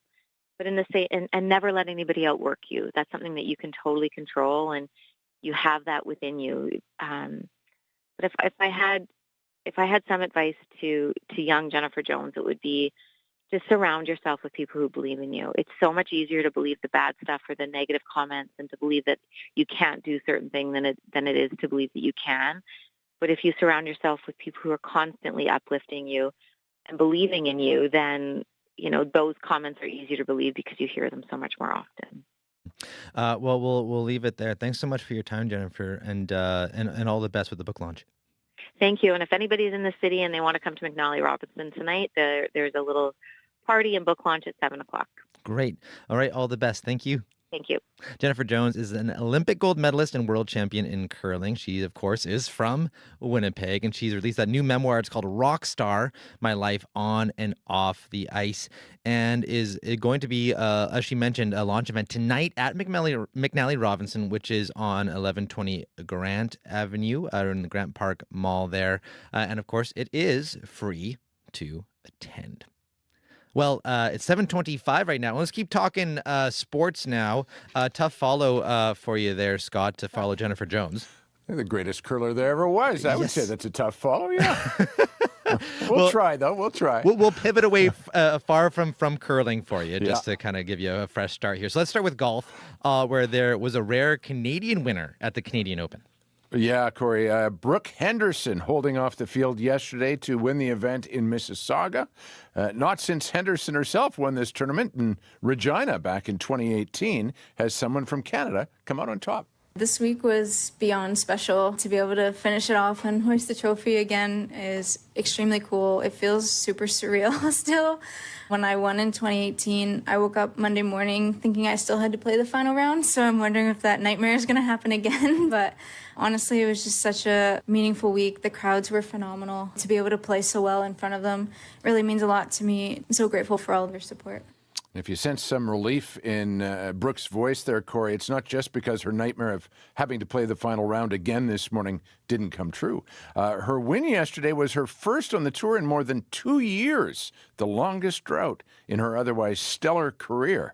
It's a career that's now seen Brooke win 14 LPGA events, which makes her by far and away this country's most decorated golfer. And I know someone who'd love to follow in Brooke's footsteps, Calgary's Aphrodite Dang. She had quite a weekend as well. She finished tied for 20th and thus was the top-scoring amateur. Moving to tennis now, where there were mixed results for Canada at the U.S. Open. Yeah, mixed, Corey, because the only Canucks in action yesterday were facing each other. Laval's Leylah Fernandez easily dispatching Vancouver's Rebecca Marino in straight sets. Now we get to see Victoria Mboko back in action this morning. The Burlington teen is coming off the biggest win of her career last month, winning the Canadian Open. Leylah Fernandez, a past finalist at the U.S. Open, was asked what advice she has for Mboko dealing with the pressure cooker of New York. There are times when you try to fight it so much that now you're taking away energy from yourself on court. So I'd say enjoy the ups and downs of this tennis world and also have a good team around you. I know her coaches and they are amazing. So I know she's staying grounded with her family, with her coaches. So I'm not worried with that. Mboko certainly has her work cut out for her, Corey. She's been drawn against two-time former Grand Slam winner Barbara Krejcikova. Mind you, maybe that's just the tonic for Victoria to succeed, because last month, remember at the Canadian Open, she toppled 4 former majors winners en route to that title. So Victoria Mboko out on the court at Louis Armstrong Stadium today at 10 Central Time. And so let's finish here with what was a big day for Canadian soccer. Sure was. Jonathan David scored in his debut for Italian giants Juventus, while in Spain... Amenesta para buscar en el arco. 5-0 con hat-trick del canadiense. Loose translation, 5-0 for Villarreal, thanks to the Canadian Tajon Buchanan, who scored his third goal of the game right there, which is more, Corey, than Tajon scored in the last 2 years combined, playing in the top leagues in Italy and in Spain. Obviously, there's been some dark moments, some tough times. Throughout your career, there's going to be ups and downs. And obviously, I was in a period where it was probably more downs than ups. Back at Inter, those opportunities weren't coming, so I really just had to ask myself what I wanted in that moment, and that was just to play games. And obviously, I went on loan, and I think it was a very successful loan just because I found my joy for football again. And yeah, so extremely happy where I'm at right now, and I just have to keep, pushing hard, keep working hard. Encouraging stuff, Corey, having Tajon Buchanan and Jonathan David in fine fetter just 10 months before the home World Cup. Let's hope he can pull off that kind of scoring then. That'd be great. That would be just fine, yes. Thank you very much, Scott. You betcha. That's Scott Regier with your morning sports. Stay tuned here to Information Radio. Coming up right after your news, School's On at Red River Polytech. We're going to talk to the president as students head back to class today. Also, as you've been hearing, the search for a Norwegian hiker in northern Manitoba has ended after his body was recovered from the west side of the Hayes River. We're going to hear from a family spokesperson and the RCMP coming up after your CBC Winnipeg News. This is CBC News. Good morning. I'm Heather Wells in Winnipeg. At 7:30, it is 7 degrees out at the airport. A little chilly start to Monday. It is 13, though, in downtown Winnipeg. And this last week of August will warm up above seasonal as we move through the week. Today, a high of 22.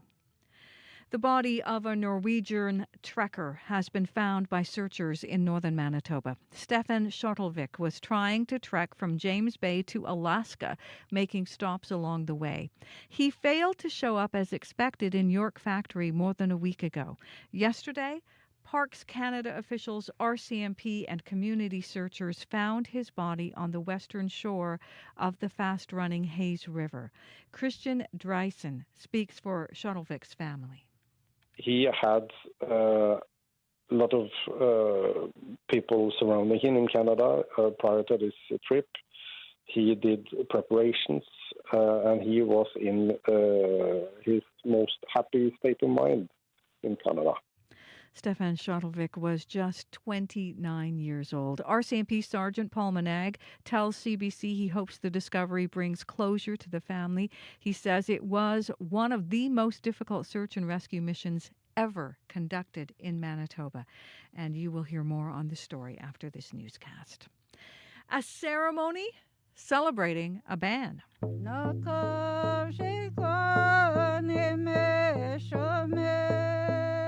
Bloodvein First Nation says non-Indigenous hunters are no longer welcome on their territory.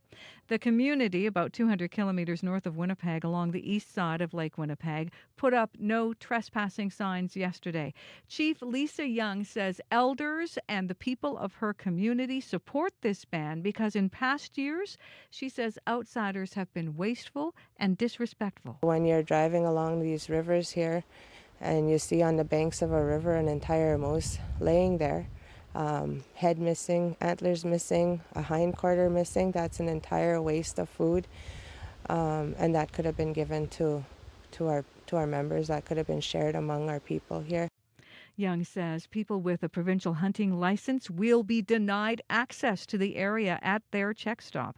She wants the province to stop issuing hunting licenses for the area. Moose hunting season begins September 15th. It runs until October 12th. CBC News has reached out to the province for comment. RCMP are asking for your help finding a missing teenager from Portage la Prairie. Faith Strait is 13. She was last seen August 21st, last Thursday, around 3 a.m. at her home. She's 5'2", thin build with brown eyes, long brown hair, last wearing a white sweater and jean shorts. RCMP say they are concerned for her safety. If you have seen Faith or if you know where she is, you're asked to contact police or Crime Stoppers. Thick smoke is billowing over Gaza City.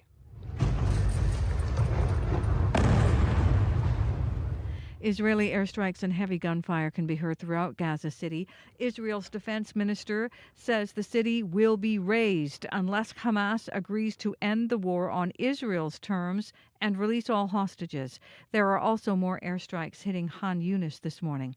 Gaza's health ministry says they hit Nasser Hospital and killed at least 19 people. It says 4 of the dead are journalists. Israel's military says it does not target journalists and says it will conduct an inquiry as soon as possible. You can hear the latest national and international news coming up on World Report at 8. Thousands gathered across Manitoba yesterday, marking Ukrainian Independence Day. A celebration there in West St. Paul, a time for reflection and gratitude for Ukraine's independence as a country.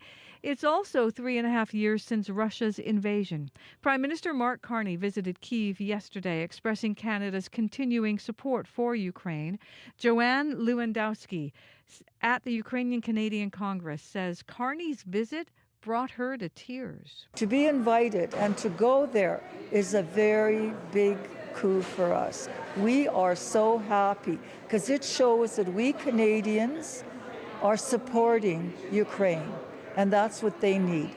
Lewandowski says more than 100,000 Ukrainians displaced by war have now come to Canada. More than 30,000 are in Manitoba.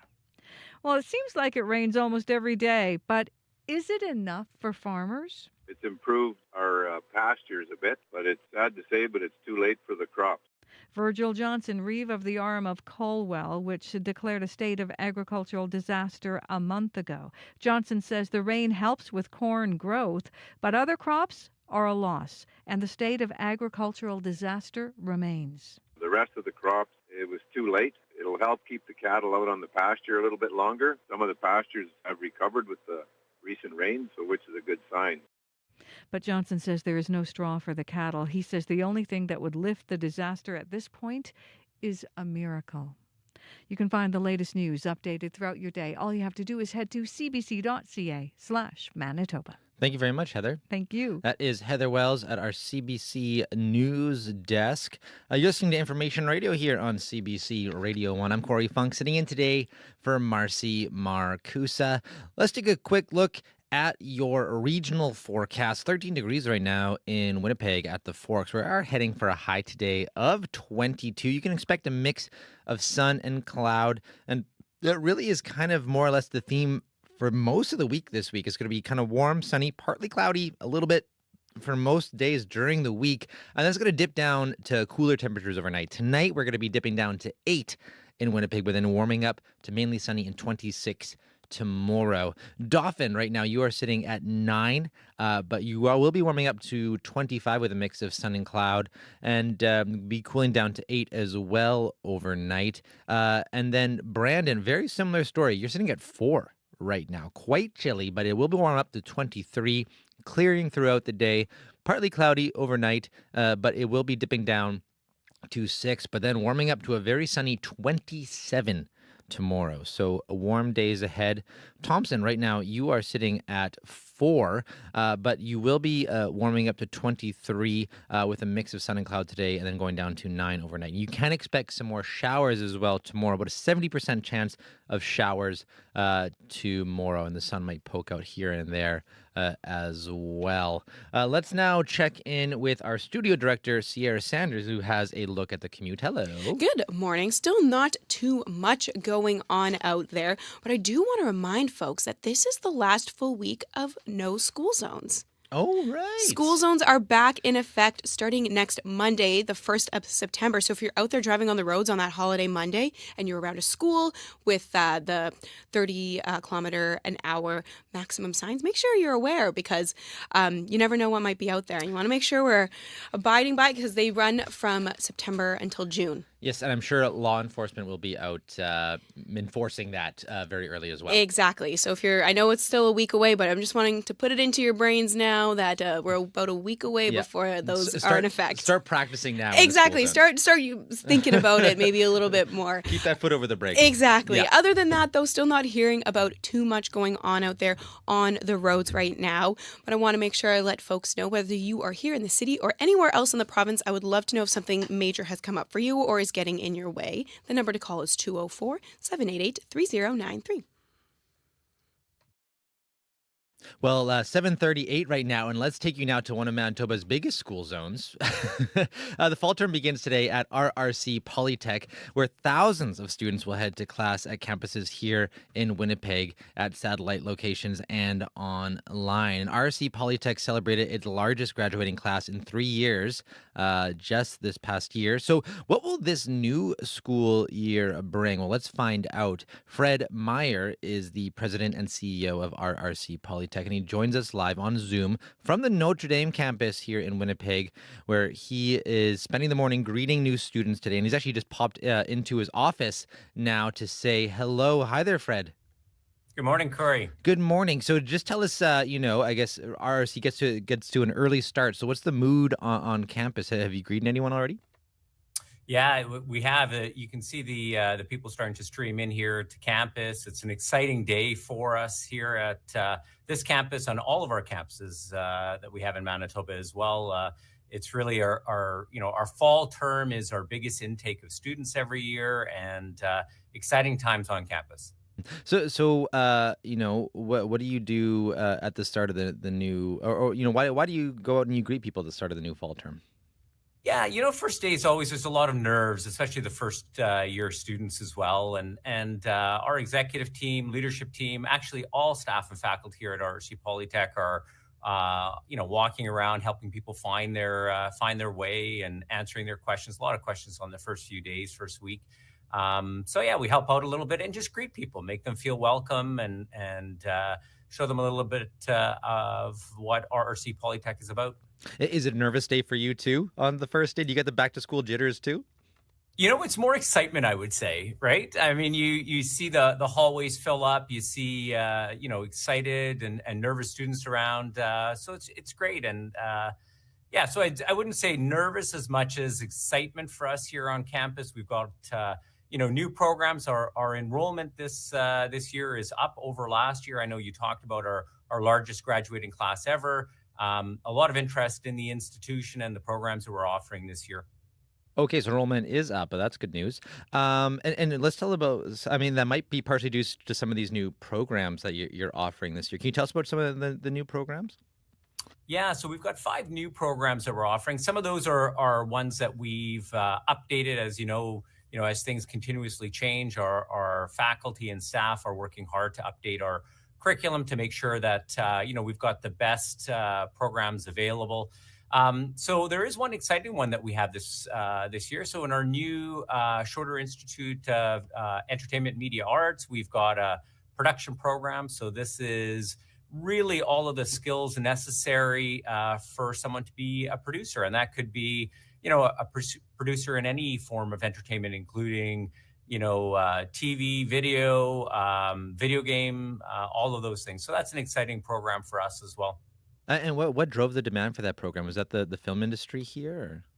It is, yeah, Corey. So one of the things that we did is we do an analysis of sort of where the labor market is going and where the economy is headed as well. And we try to target some of those areas for new program expansion and focus. And in fact, it's not only new programs, but it's also the applied research we do. So we started this a few years ago with our new Price Institute of Advanced Manufacturing Mechatronics, focusing on that sector.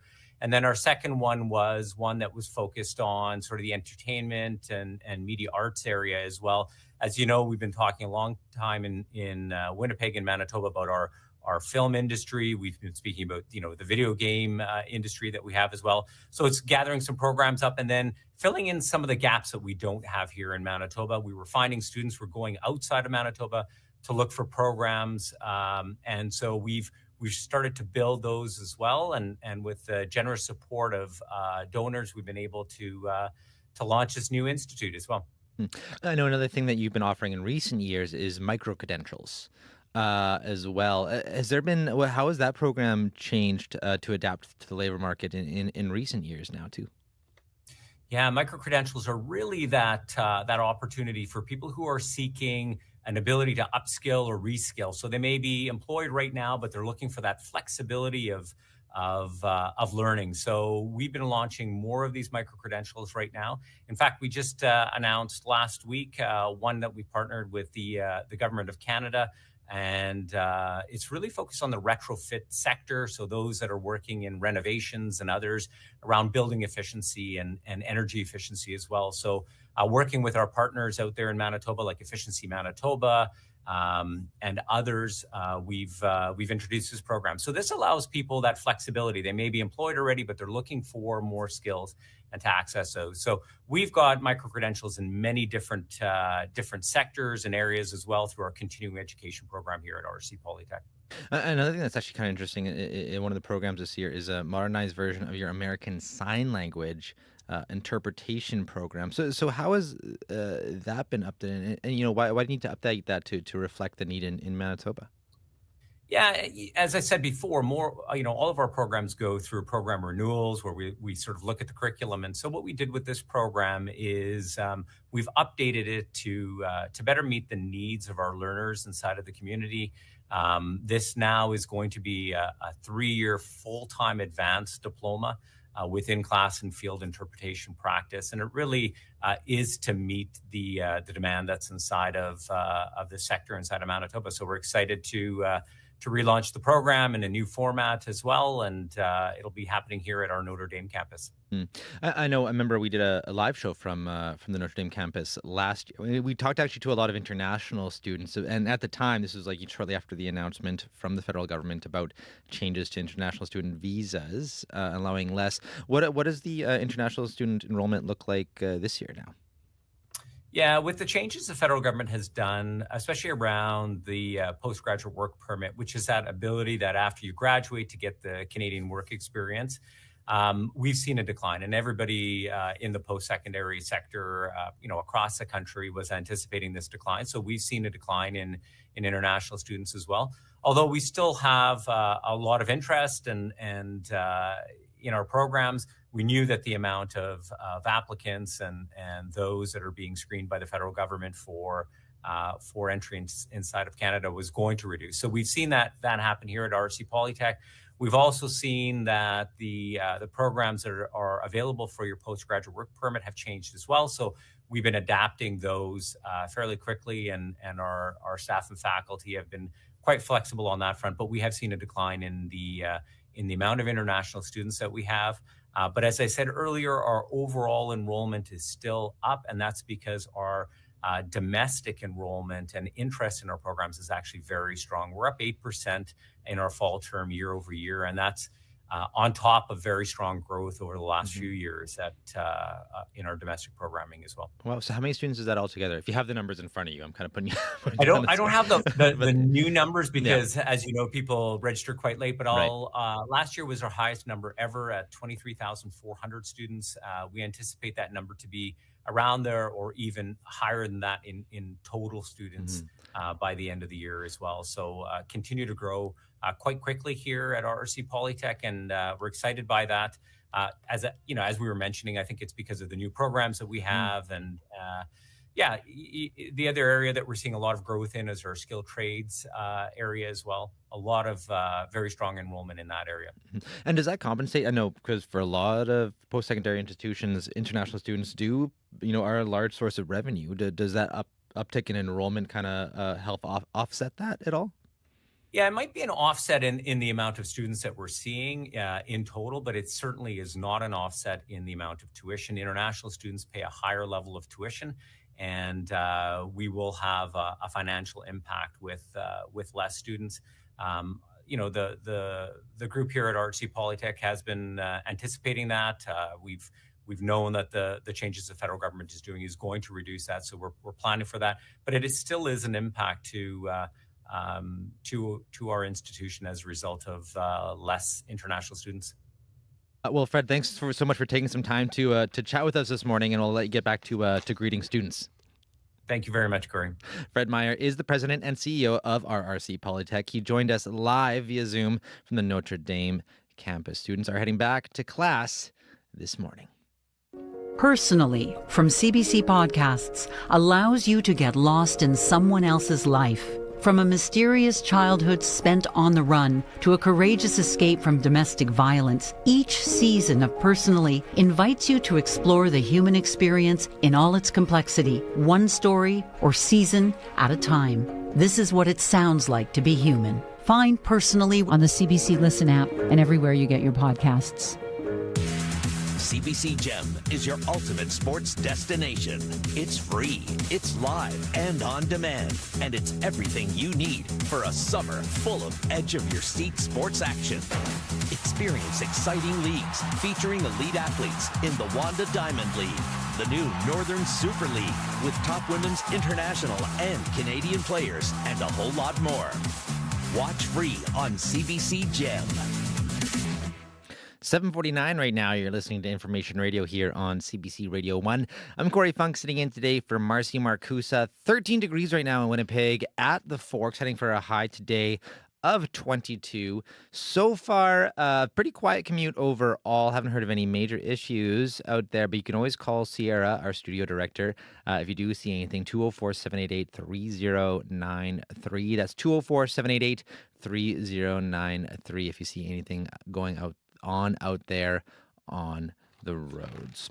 Well, the search for Stefan Shotvvic has ended as his body was recovered, just a short distance away from where his jacket was found Friday afternoon.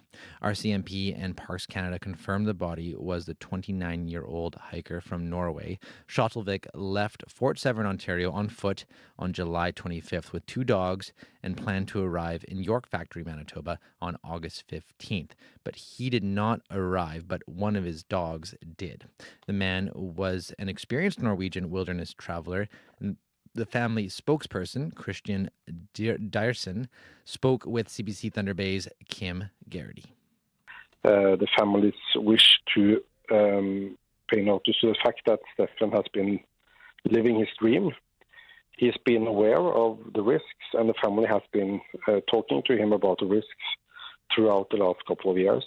And they have also talked to Stefan about possible outcome like this prior to his trip, bearing in mind all the significant risk that is in this area. And they have also decided to focus on the fact that Stefan lived this dream. He decided to do this trip as he's been planning for many, many years, and they want to remember him as he was. They want to think about Stefan being happy. He had a lot of people surrounding him in Canada prior to this trip. He did preparations, and he was in his most happy state of mind in Canada. And he was following his dream, and that has been important for the family to think about in this horrible situation. That he actually went for his goal, and that was to spend a lot of time in Canada in this wilderness. That was Christian Diersen, spokesperson for the family of Stefan Shotvvic, speaking with CBC Thunder Bay's Kim Garrity. CBC's Aaron Broman also spoke to Sergeant Paul Meneg, Manitoba RCMP Media Relations Officer. As of this morning, approximately 10:20 a.m., we had officers from Gillam, RCMP, and Parks Canada, along with some community searchers from Fort Severn, conducting a ground search while we had a helicopter doing an aerial search along the Hayes River, I guess focusing on the west side of this riverbank. As we located a backpack late last week, and as well as his jacket there on Friday. And the pilot reported this morning that he believed he had located the body of the missing hiker quite close to the coordinates where the jacket was located. I guess when the tide had come in and out again, it provided our missing 29-year-old. And officers there were on foot.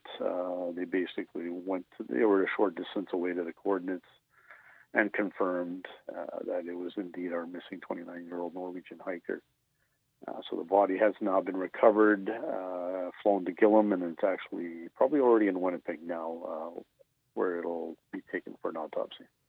And can you describe the area of the river that the parka and his body were found? Like, is that on, do you know which side of the shore it was on? This is still the west side, on the York Factory side, and I believe just south of the community of York Factory. So it kind of looks like from the map that perhaps he had tried to cross to get to York Factory? Yes, we believe still that the GPS coordinates that we obtained from his device or from Garmin put him on the east side, up the riverbank a bit when he tried to enter the river. The tide at that point would have been basically near high tide and to the point or approaching high tide, so that would kind of make sense as to possibly his body, or when he was pushed into the river and taken, might have gone towards the bay, and then when the tide comes back in, it brought him back down the Hayes River and actually past York Factory, where we were eventually able to locate him. Basically shows, like they say, the tidal effects in this area are quite extreme. What is that river like? Well, the tide swings. You know, you've got high and low tide twice a day. It's almost 4 to 6 hours apart, and it's a 4-meter tide. So you're looking at 12 to 14 feet of water that come in and out of that area twice a day. So if you're at low tide and you're in the river, well, you're going to be going towards the bay. But then when the tide comes back in, like they say, depending where you are in the river, you're going to be going for a ride the other direction. It's extreme. 12 to 14 feet of water is just a lot of water. How had the search been going when it comes to him? Obviously, very dangerous conditions. Well, as far as the search itself, like I say, it's basically done by boat. Some areas are on foot, but mostly by boat and helicopter. So you got to do an aerial search with using drones. The terrain's always the same, so it's one of those. It's like you have to really pay attention to what you're looking at, because your eyes can play tricks on you when you're looking at the same thing for miles and miles and miles. So it's a tough search mentally as well as physically during the terrain and the dangers in that area.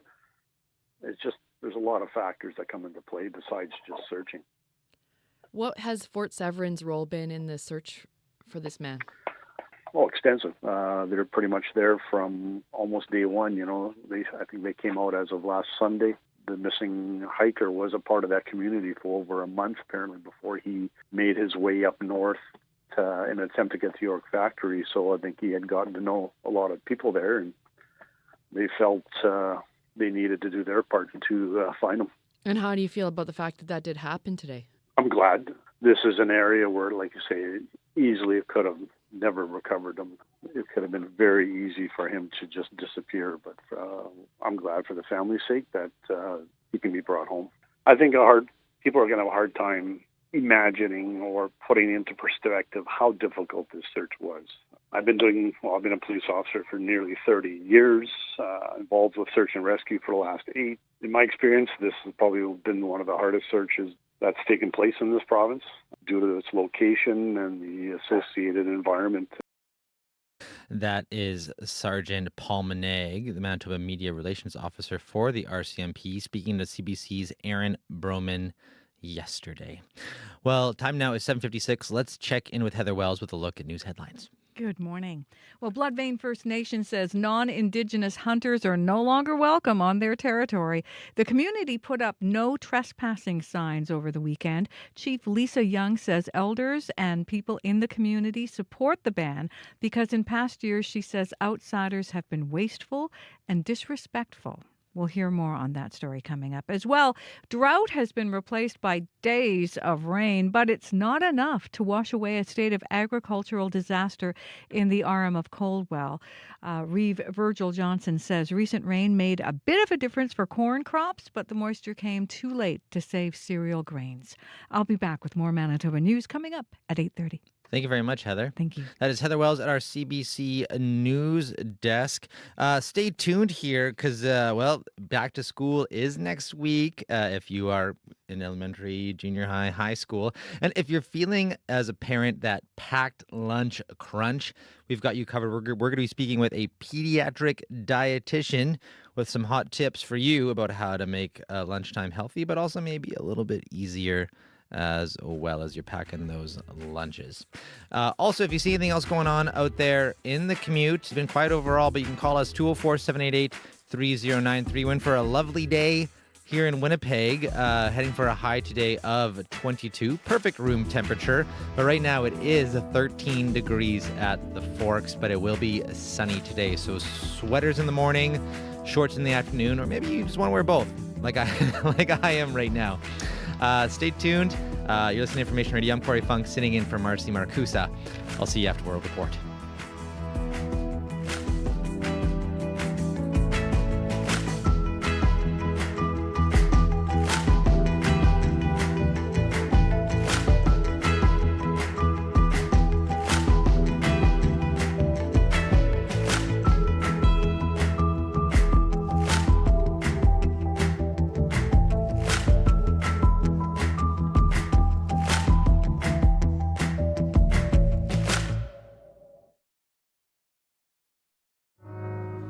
Today on Q. I'm Jill Deacon, sitting in for Tom Power. Musician and composer John Baptiste is here to talk about his new album, Big Money, his experience working with Stephen Colbert on his Late Show, and how a cold call to Randy Newman led to their duet. I live on a lonely avenue, and I feel so sad. Q, this morning at 10:30 in Newfoundland, and on the CBC Listen app, or wherever you get your podcasts.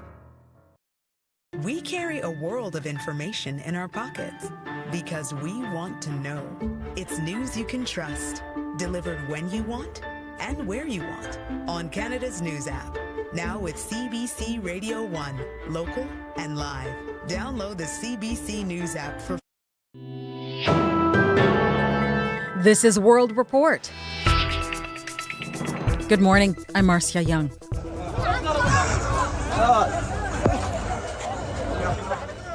Chaos at Nasser Hospital in Khan Yunis. It is one of Gaza's main hospitals, and it was hit by Israeli airstrikes this morning. Palestinian health officials say at least 19 people were killed, and at least 4 of them were journalists who had arrived there to document the destruction. Israel's military says it does not target journalists, and it will immediately investigate this incident. Israel does not allow foreign reporters to enter the Gaza Strip. The Committee to Protect Journalists says 192 journalists have been killed in Gaza since the conflict began. Canada's Prime Minister is discussing how post-war peace in Ukraine might look. Mark Carney is in Poland as part of a trip to visit some European allies. He wants to build Canada's footprint in the region through security and energy investments. But as we hear from the CBC's Murray Brewster, security guarantees for Ukraine remain top of mind. Polish Prime Minister Donald Tusk, who seemed eager to hear how his Canadian counterpart Mark Carney's visit to Ukraine went yesterday and what was discussed. Tusk reiterated his country's plans should there be a ceasefire or even peace in Ukraine. He says, unlike Canada, Poland is not prepared to commit peacekeeping troops. It will continue its role as a logistical hub for supplies and manpower, and Poland will concentrate its forces on its own border with Belarus. While in Kyiv yesterday, Carney said he wouldn't rule out a Canadian troop presence in Ukraine, but what that would look like is anybody's guess. The shape and scope of the possible ceasefire have not been established. That means a peacekeeping force could be anything from an observer group all the way up to a heavily armored battle group. Also up in the air, the plan for Canada and Ukraine to manufacture drones together. Ukraine, a world leader in small combat drones, just signed a $50 billion deal with the United States and is reportedly getting ready to open manufacturing facilities in Europe. Defense Minister David McGuinty says the scope of Canada's arrangement is yet to be defined. Look, that's to be resolved. What we did do yesterday was agree that both countries would cooperate in the manufacturing of drones. Both McGuinty and the Prime Minister toured a Ukrainian drone manufacturing facility as part of their visit to Kyiv. Murray Brewster, CBC News, Warsaw. The family of Stefan Shotvvic says he was happiest in Canada. The 29-year-old Norwegian trekker disappeared while hiking along the Hudson Bay coast, and on Sunday, his body was found near York Factory in northern Manitoba. Christian Dyerson speaks for the family. He says they discussed the risks involved in this adventure. They have also talked to Stefan about possible outcome like this prior to his trip, bearing in mind all the significant risk that is in this area. And they have also decided to focus on the fact that Stefan lived this dream. Shotvvic was aiming to make it all the way from James Bay to Alaska. He had been preparing for the trip for several years. U.S. President Donald Trump says he is planning to send the National Guard to Baltimore. He says the troops are needed to deal with high crime levels there. But Maryland's governor rejects that claim and says Trump's comments are ignorant. About 2,000 troops are now in Washington, D.C., and they've started carrying firearms. Lisa Shing is following the latest from Washington. And Lisa, what do we know about Trump's plans? Well, Marcia, Trump is escalating a clash with Maryland Governor Wes Moore after threatening to send in National Guard troops to Baltimore. And this after Moore, a Democrat, invited the president to walk the streets with him. And Trump lashed out on social media, calling crime in Baltimore out of control. It's the latest as Trump tries to send troops to Democratic cities. First in Washington a couple of weeks ago, about 2,000 troops are now on the ground here. Some are now carrying weapons too, which is a departure from the initial plans. U.S. media also reporting Trump is going to send National Guard members to Chicago too, something he's apparently been planning for weeks now. And they're supposed to be on the ground there as early as September, though it's not clear how many troops will go. But have a listen to Chicago's Attorney General Kwame Raoul on the fact the president can't federalize the National Guard unless it's for specific reasons. The Posse Comitatus Act limits the ability for the president to federalize the National Guard. We don't have a foreign invasion. We don't have a rebellion. So both Baltimore and Chicago, as well as D.C., have seen decreases in some crime this year, according to statistics. Now, Chicago's mayor, Brandon Johnson, says he's planning on taking legal action if Trump does send troops to a city. All right. Thank you, Lisa. You're welcome.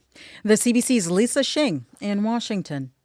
France is summoning U.S. Ambassador Charles Kushner. He is the father of Donald Trump's son-in-law, and he's written an open letter to France's President Emmanuel Macron. In it, Kushner accuses Macron's government of not doing enough to combat anti-Semitism in France. France's foreign ministry denies the allegations, calling them unacceptable. Last month, France said it will recognize Palestinian statehood at next month's UN meeting.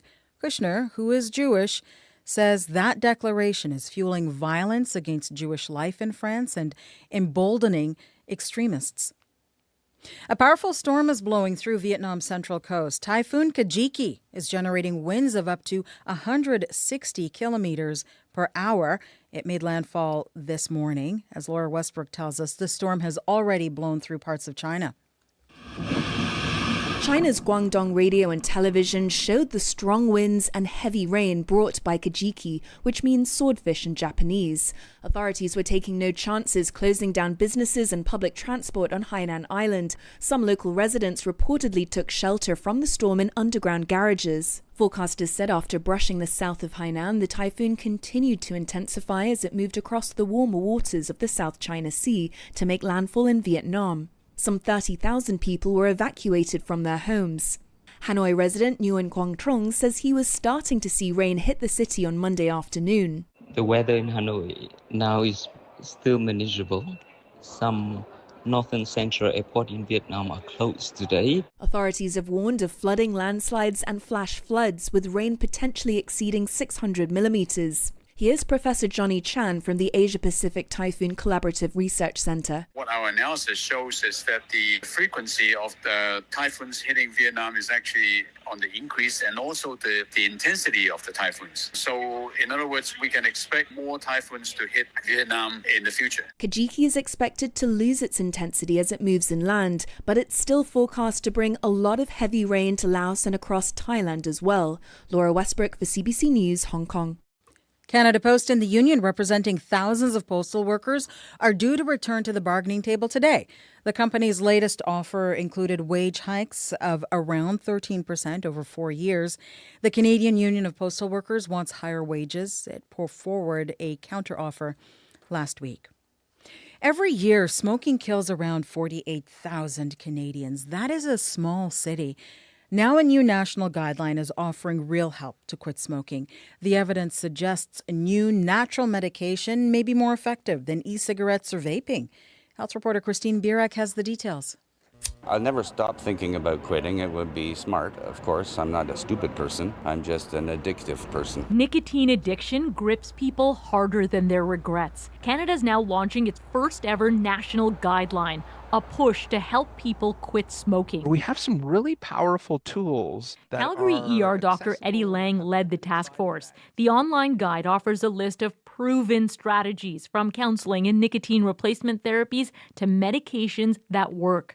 Perhaps surprisingly, e-cigarettes or vaping is low on the list. It's definitely not a go-to first-line choice, especially when there are so many other effective approaches available. Let me hypnotize you to quit smoking With now. profit-driven Only ads watch flooding social media feeds, doctors warn smokers need help figuring out what's effective. We asked a doctor about some of those claims. Acupuncture doesn't really work very well. Dr. Matthew Stanbrook's a respirologist in Toronto. He says there's little or no evidence for hypnosis, laser therapy, acupressure, or St. John's wort to quit smoking. People need to know that their chances are way better if they get help, and that there are many options that work, and we can help them find one that works for them. Including a well-studied natural medication called cytosine. It effectively mimics nicotine's effects in the brain, reducing cravings and withdrawal symptoms. New help for a deadly old habit. Christine Birak, CBC News, Toronto.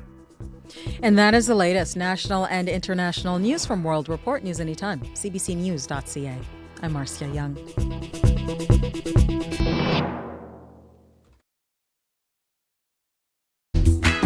Good morning, Manitoba. You're listening to Information Radio here on CBC Radio 1, 89.3 FM, 990 AM, and everywhere on the CBC Manitoba YouTube page. I'm Corey Funk, in for Marcy Marcusa. Well, coming up on the show, we're going to hear from a 19-year-old about how her life has changed since a brain tumor diagnosis. And she's going to tell us what it's like to be a cancer patient who spent the summer doing cancer research. Also, some helpful tips for you. It is the countdown for back to school. And if you're hungry for some lunchbox tips, stay tuned for a chat with a pediatric dietitian. That's all coming up here on Information Radio. Stay tuned.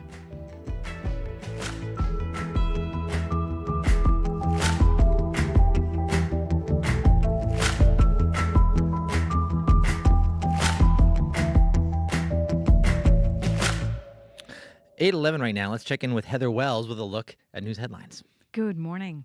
RCMP Sergeant Paul Monag says it was one of the most difficult search and rescue missions ever conducted in this province, but it didn't have a happy ending. The body of 29-year-old Stefan Shotvvic was found on the west side of the Hayes River on Sunday. He had left Fort Severn July 25th to walk along the Hudson Bay coast to York Factory, but he failed to arrive in York Factory as planned.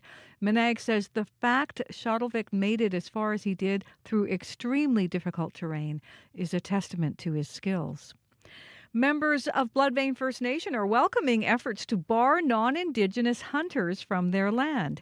Leadership says the decision was made after years of outsiders going to the community and being wasteful and disrespectful of the land while hunting. We'll hear more in our next local news coming up at 8:30. Thank you very much, Heather. Thank you. That is Heather Wells at our CBC News desk. Let's take a quick look at your weather here. It's actually dropped a degree in the last little bit here. It is now 12 in Winnipeg at the Forks. We are heading for a high today of 22. It's going to be a mix of sun and cloud, and we're going to be dipping back down to a chilly 8 overnight, which is still actually a pretty good sleeping temperature. It is going to be warming up to 26 tomorrow and mainly sunny, and actually seems to be more or less the forecast highs for the majority of the week, 25, 24, 26, all around there, those mid-20s, and sunny. So quite a lovely week overall with some chilly nights.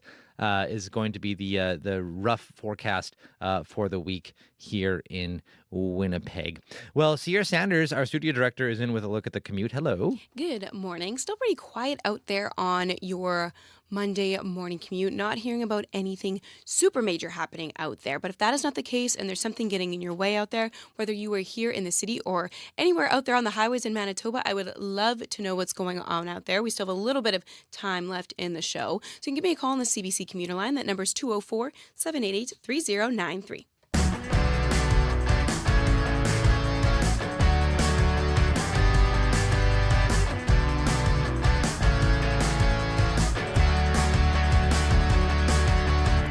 Well, if you're a parent, you might already be thinking about the 190-ish days of lunches you'll need to start packing beginning next week.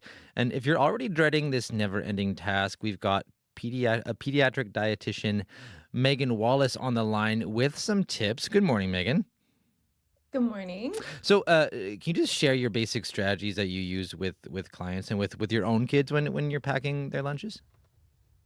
For sure. So I feel like it's just such a weight to be packing lunches, especially if you have more than one child you're packing for. One of the strategies that I use is trying to theme out your weekdays. So Wednesday is sandwich day, Tuesday is noodles, Wednesday is tacos, leftover tacos from the night before. Trying to get some theme to the week so that you don't have to think extra about what's going in their lunch. The other option is having like a 3 meal rotation. So Monday, Tuesday, Wednesday, and then we're back at day 1 on Thursday, Friday, and kind of rotating through 3 meals. That is enough variety for our kiddos in their lunch boxes. And so we don't have to get too complicated in trying to think up something new every day. I'm also kind of wondering, how much should you involve your kids in the process? Because I have a 3-year-old, and if it were up to him, and he were packing his lunch, which we do when we kind of go out on like weekend adventures, we pull out our little metal lunch box. And we're like, okay, buddy, what are we going to bring? And if it were up to him, it would be yogurt drink and goldfish. And actually, that's it. That's all it would be. So, how much really should you get your kids involved in that planning process for lunches? That's a great question. I think it depends on the kid's age and interest. I think we can absolutely get them involved, and we need to give them a template, and we need to set some boundaries. What would you like in your lunch is a really hard one because kids will often gravitate to the foods they know the most or the ones that they enjoy the most. So that means you're going to be fighting about what's going in that lunch pail.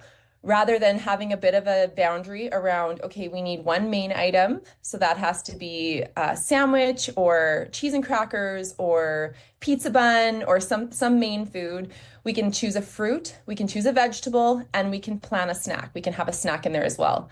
And so working with our kids to decide if you are working on the main part, so I've chosen the main part, maybe they're picking whether they're having banana or orange segments today, or they're picking between the chocolate chip granola bar and the Welch's fruit snack, and that's what's going in their lunch as their snack item.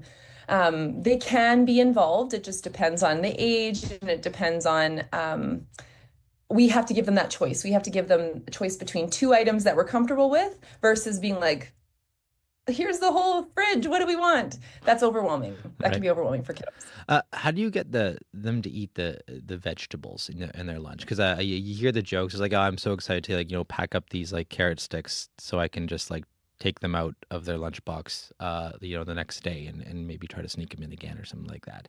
Is there any strategies for that to actually get them to get vegetables in them at lunch? That's a great question.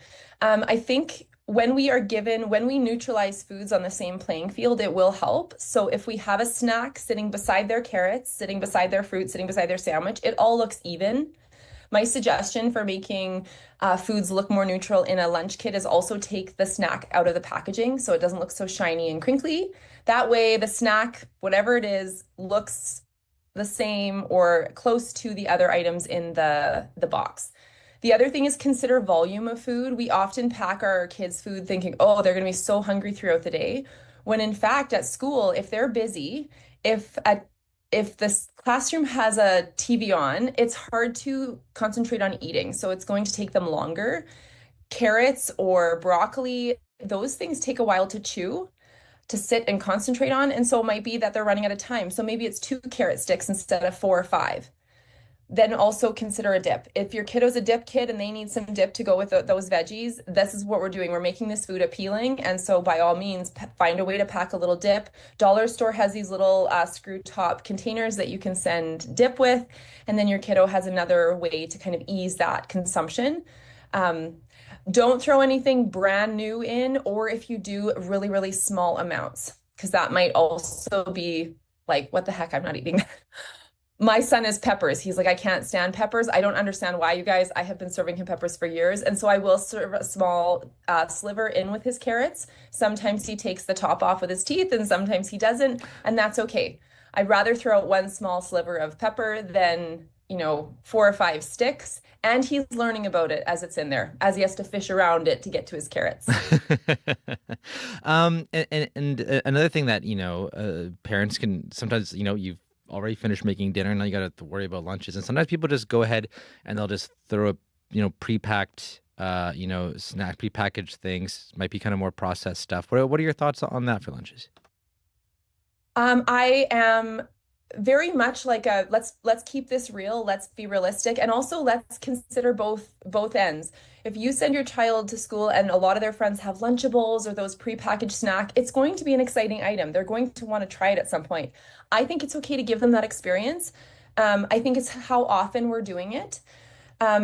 If you're working late, if Wednesday nights are super crunchy for you, you guys are running to soccer or you're working late and then you have to get everyone home and fed and into bed. And so Thursday seems like a really good day to do a packaged.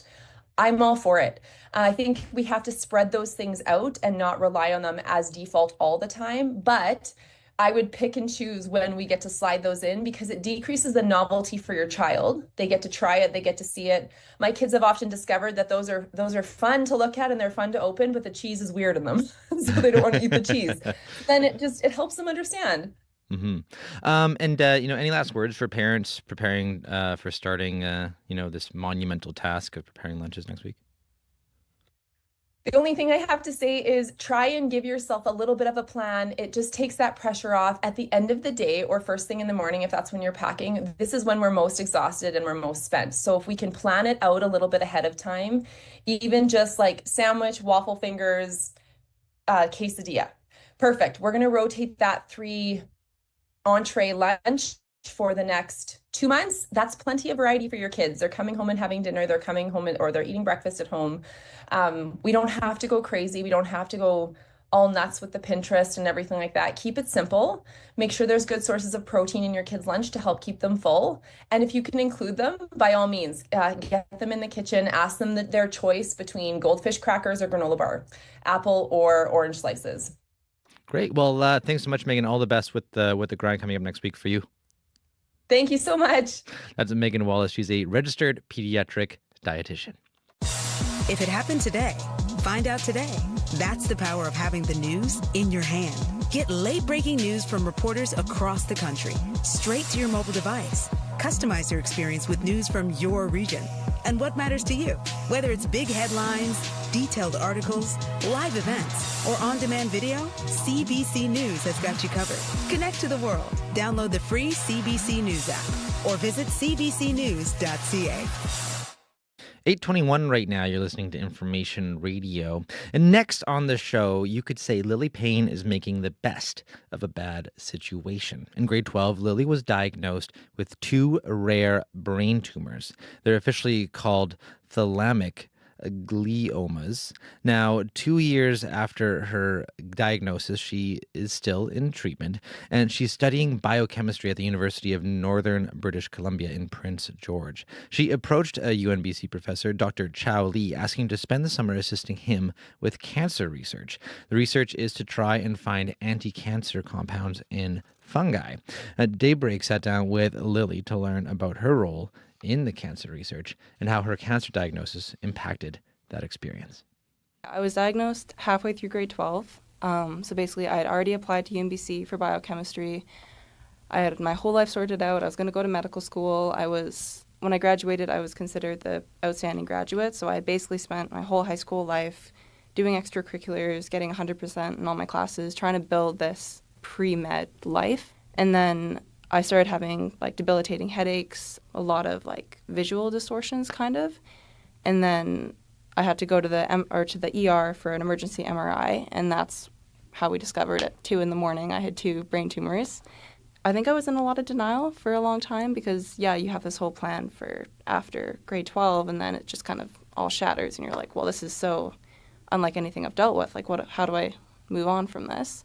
So I'd say the biggest impact on me and the thing that was the hardest to deal with all of it was like planning, because I'm someone who really likes to plan and have like a 5-year, 10-year, 20-year plan for my life. And all of a sudden you have like a diagnosis where none of my doctors can tell me how long I'm going to live, which is kind of hard because the type of brain tumor I have and the cancer I have is so rare.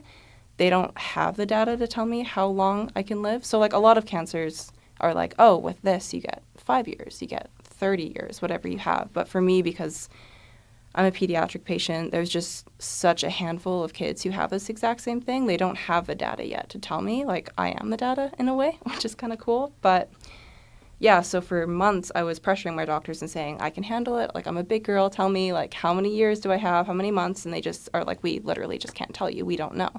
So I'm sitting down like every couple of weeks and trying to plan, like, okay, do I go to medical school? Like, do I decide, okay, maybe I don't have that time. Maybe I don't want to go to medical school.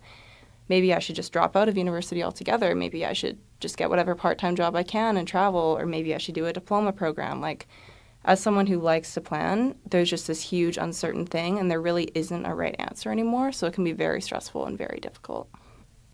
Okay, so basically my role in the research was very small because I'm just a second-year student. But what they're doing is they're kind of, what's called genome mining. So they're looking through the fungi to see if there's a certain type of molecule that they know has anti-cancer properties. So they're searching for those, and then once they find the molecule and the compound, they can then test it on cell lines.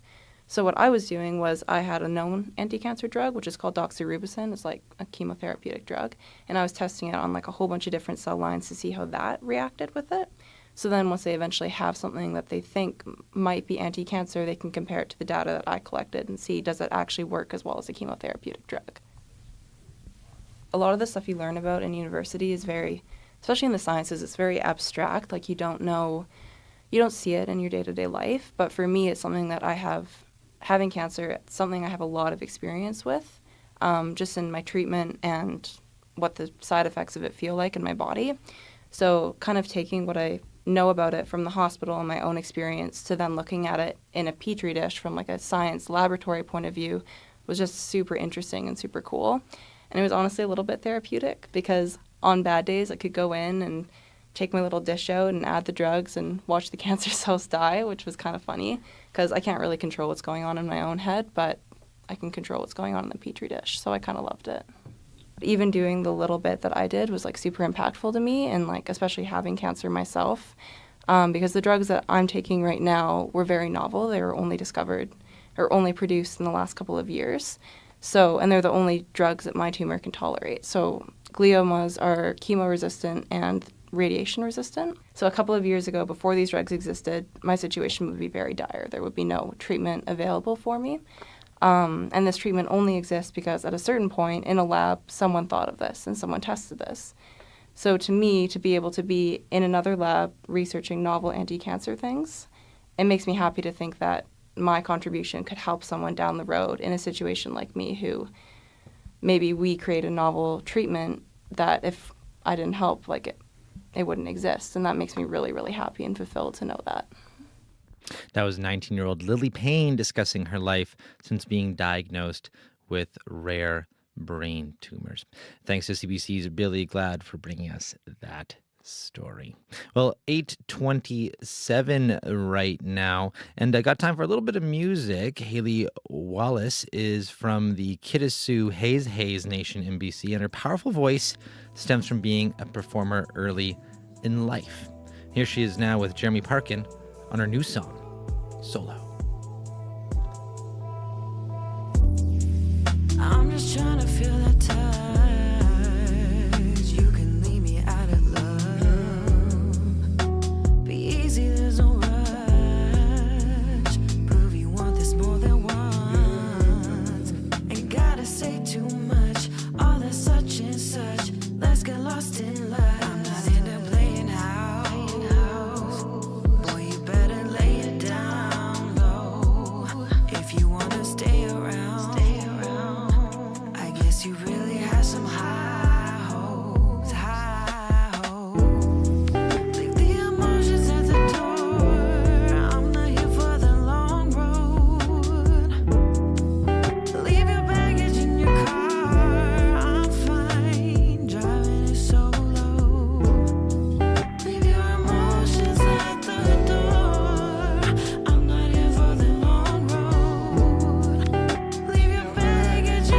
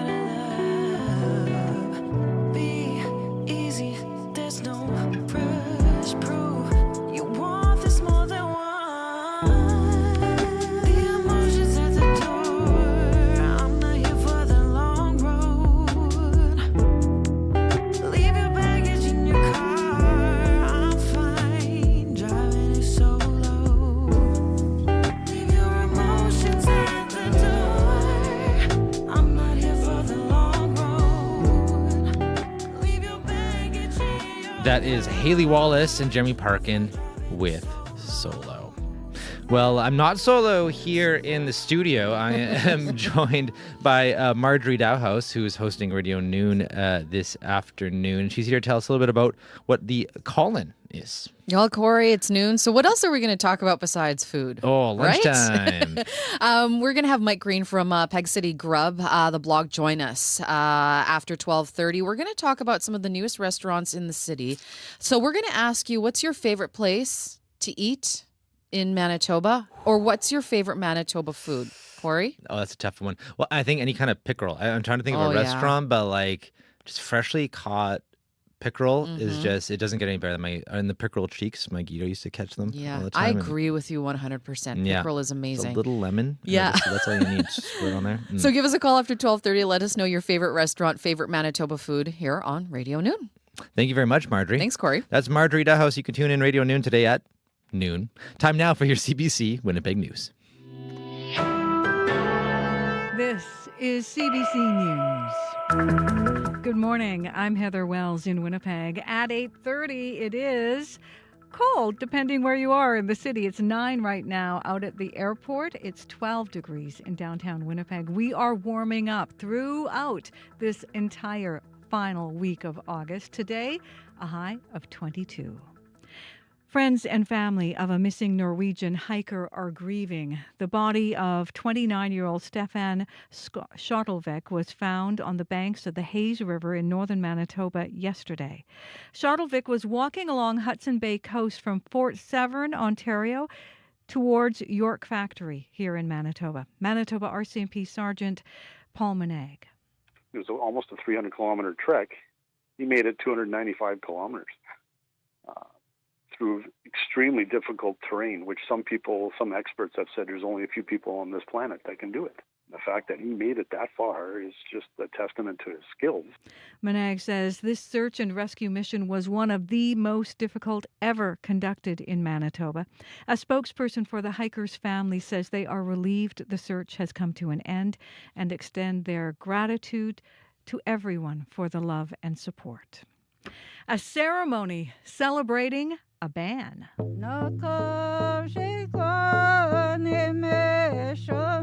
Bloodvein First Nation says non-Indigenous hunters are no longer welcome in their territory.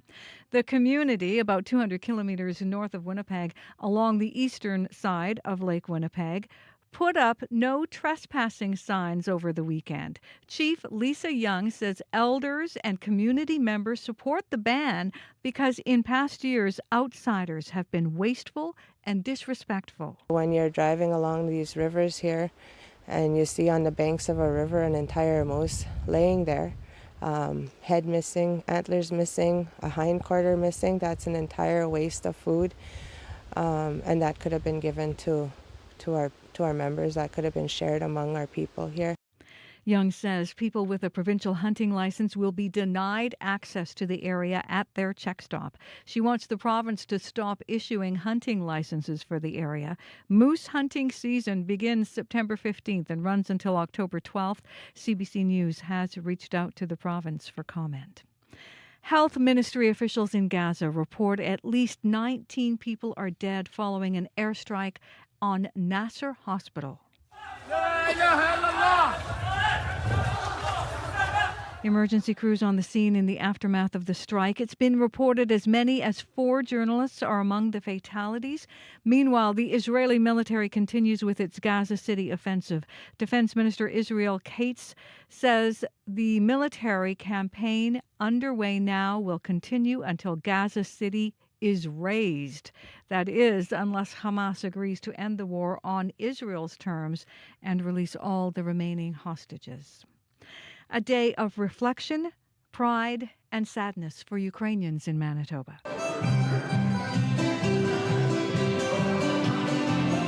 Yesterday marked the 34th anniversary of the country's independence. It also marks 3.5 years of war following Russia's invasion of Ukraine.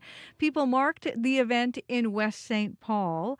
Natalia Balueva and her family recently came to Canada from Ukraine. I'm feeling here like a home because it's a big Ukrainian community. I have a lot of friends from Ukraine here. I'm happy to live here and be a part of Ukrainian society. Prime Minister Mark Carney met with Ukraine's President Volodymyr Zelensky in Kyiv during their celebrations yesterday, announcing plans to spend $2 billion in military assistance. And a 13-year-old girl missing in Portage la Prairie has been found safe. We are just hearing the update now from RCMP. She had last been seen August 21st, that's last Thursday, around 3 in the morning at her home. RCMP say they were concerned for her safety, and this morning police thank the public for helping to locate the teen. You can find more news updated throughout the day. All you have to do, head to cbc.ca/Manitoba. Thank you very much, Heather. Thank you. That is Heather Wells at our CBC News desk. Sierra Sanders is in with one final look at your commute. There's not much to look at, Corey. Okay, well, that's a good thing. And I feel like that's a great thing. I do get a little bit happy, honestly, at the end of a show when I haven't gotten any calls on the commuter line, because then, from the sounds of it, things are moving smoothly out there. Exactly. So it sounds like things are moving along pretty well out there on this late Monday or August Monday commute. But we'll be back tomorrow and reporting the commute. If there's stuff to talk about, we will talk about it. Primo last minute holiday season right now. Exactly, we are. Thank you very much, Sierra. Thank you. And thanks to the wonderful crew who helped put together today's show. Carmen Ponto, Issa Kixon, Marcy Marcusa, Heather Wells in our news department, Joni Nicolo, Megan Ketchison, and Bryce Hoy, as well as, of course, our live team, May McKillop, Sierra Sanders, and Izika Abdulatif. And I am Corey Funk. In today from Marcy Marcusa. I'll be in tomorrow as well in the host chair. The Marcy will be back on Wednesday. Thanks so much for tuning in to CBC Radio 1, and thanks to everyone who tuned in on our CBC Manitoba YouTube page. And of course, if you do have any thoughts on the show or stories to share with us, you can always email us at radio893@cbc.ca. That's radio893@cbc.ca. Tell us what's going on in your community, and we might talk about it on the radio. Stay tuned. The Current is standing by.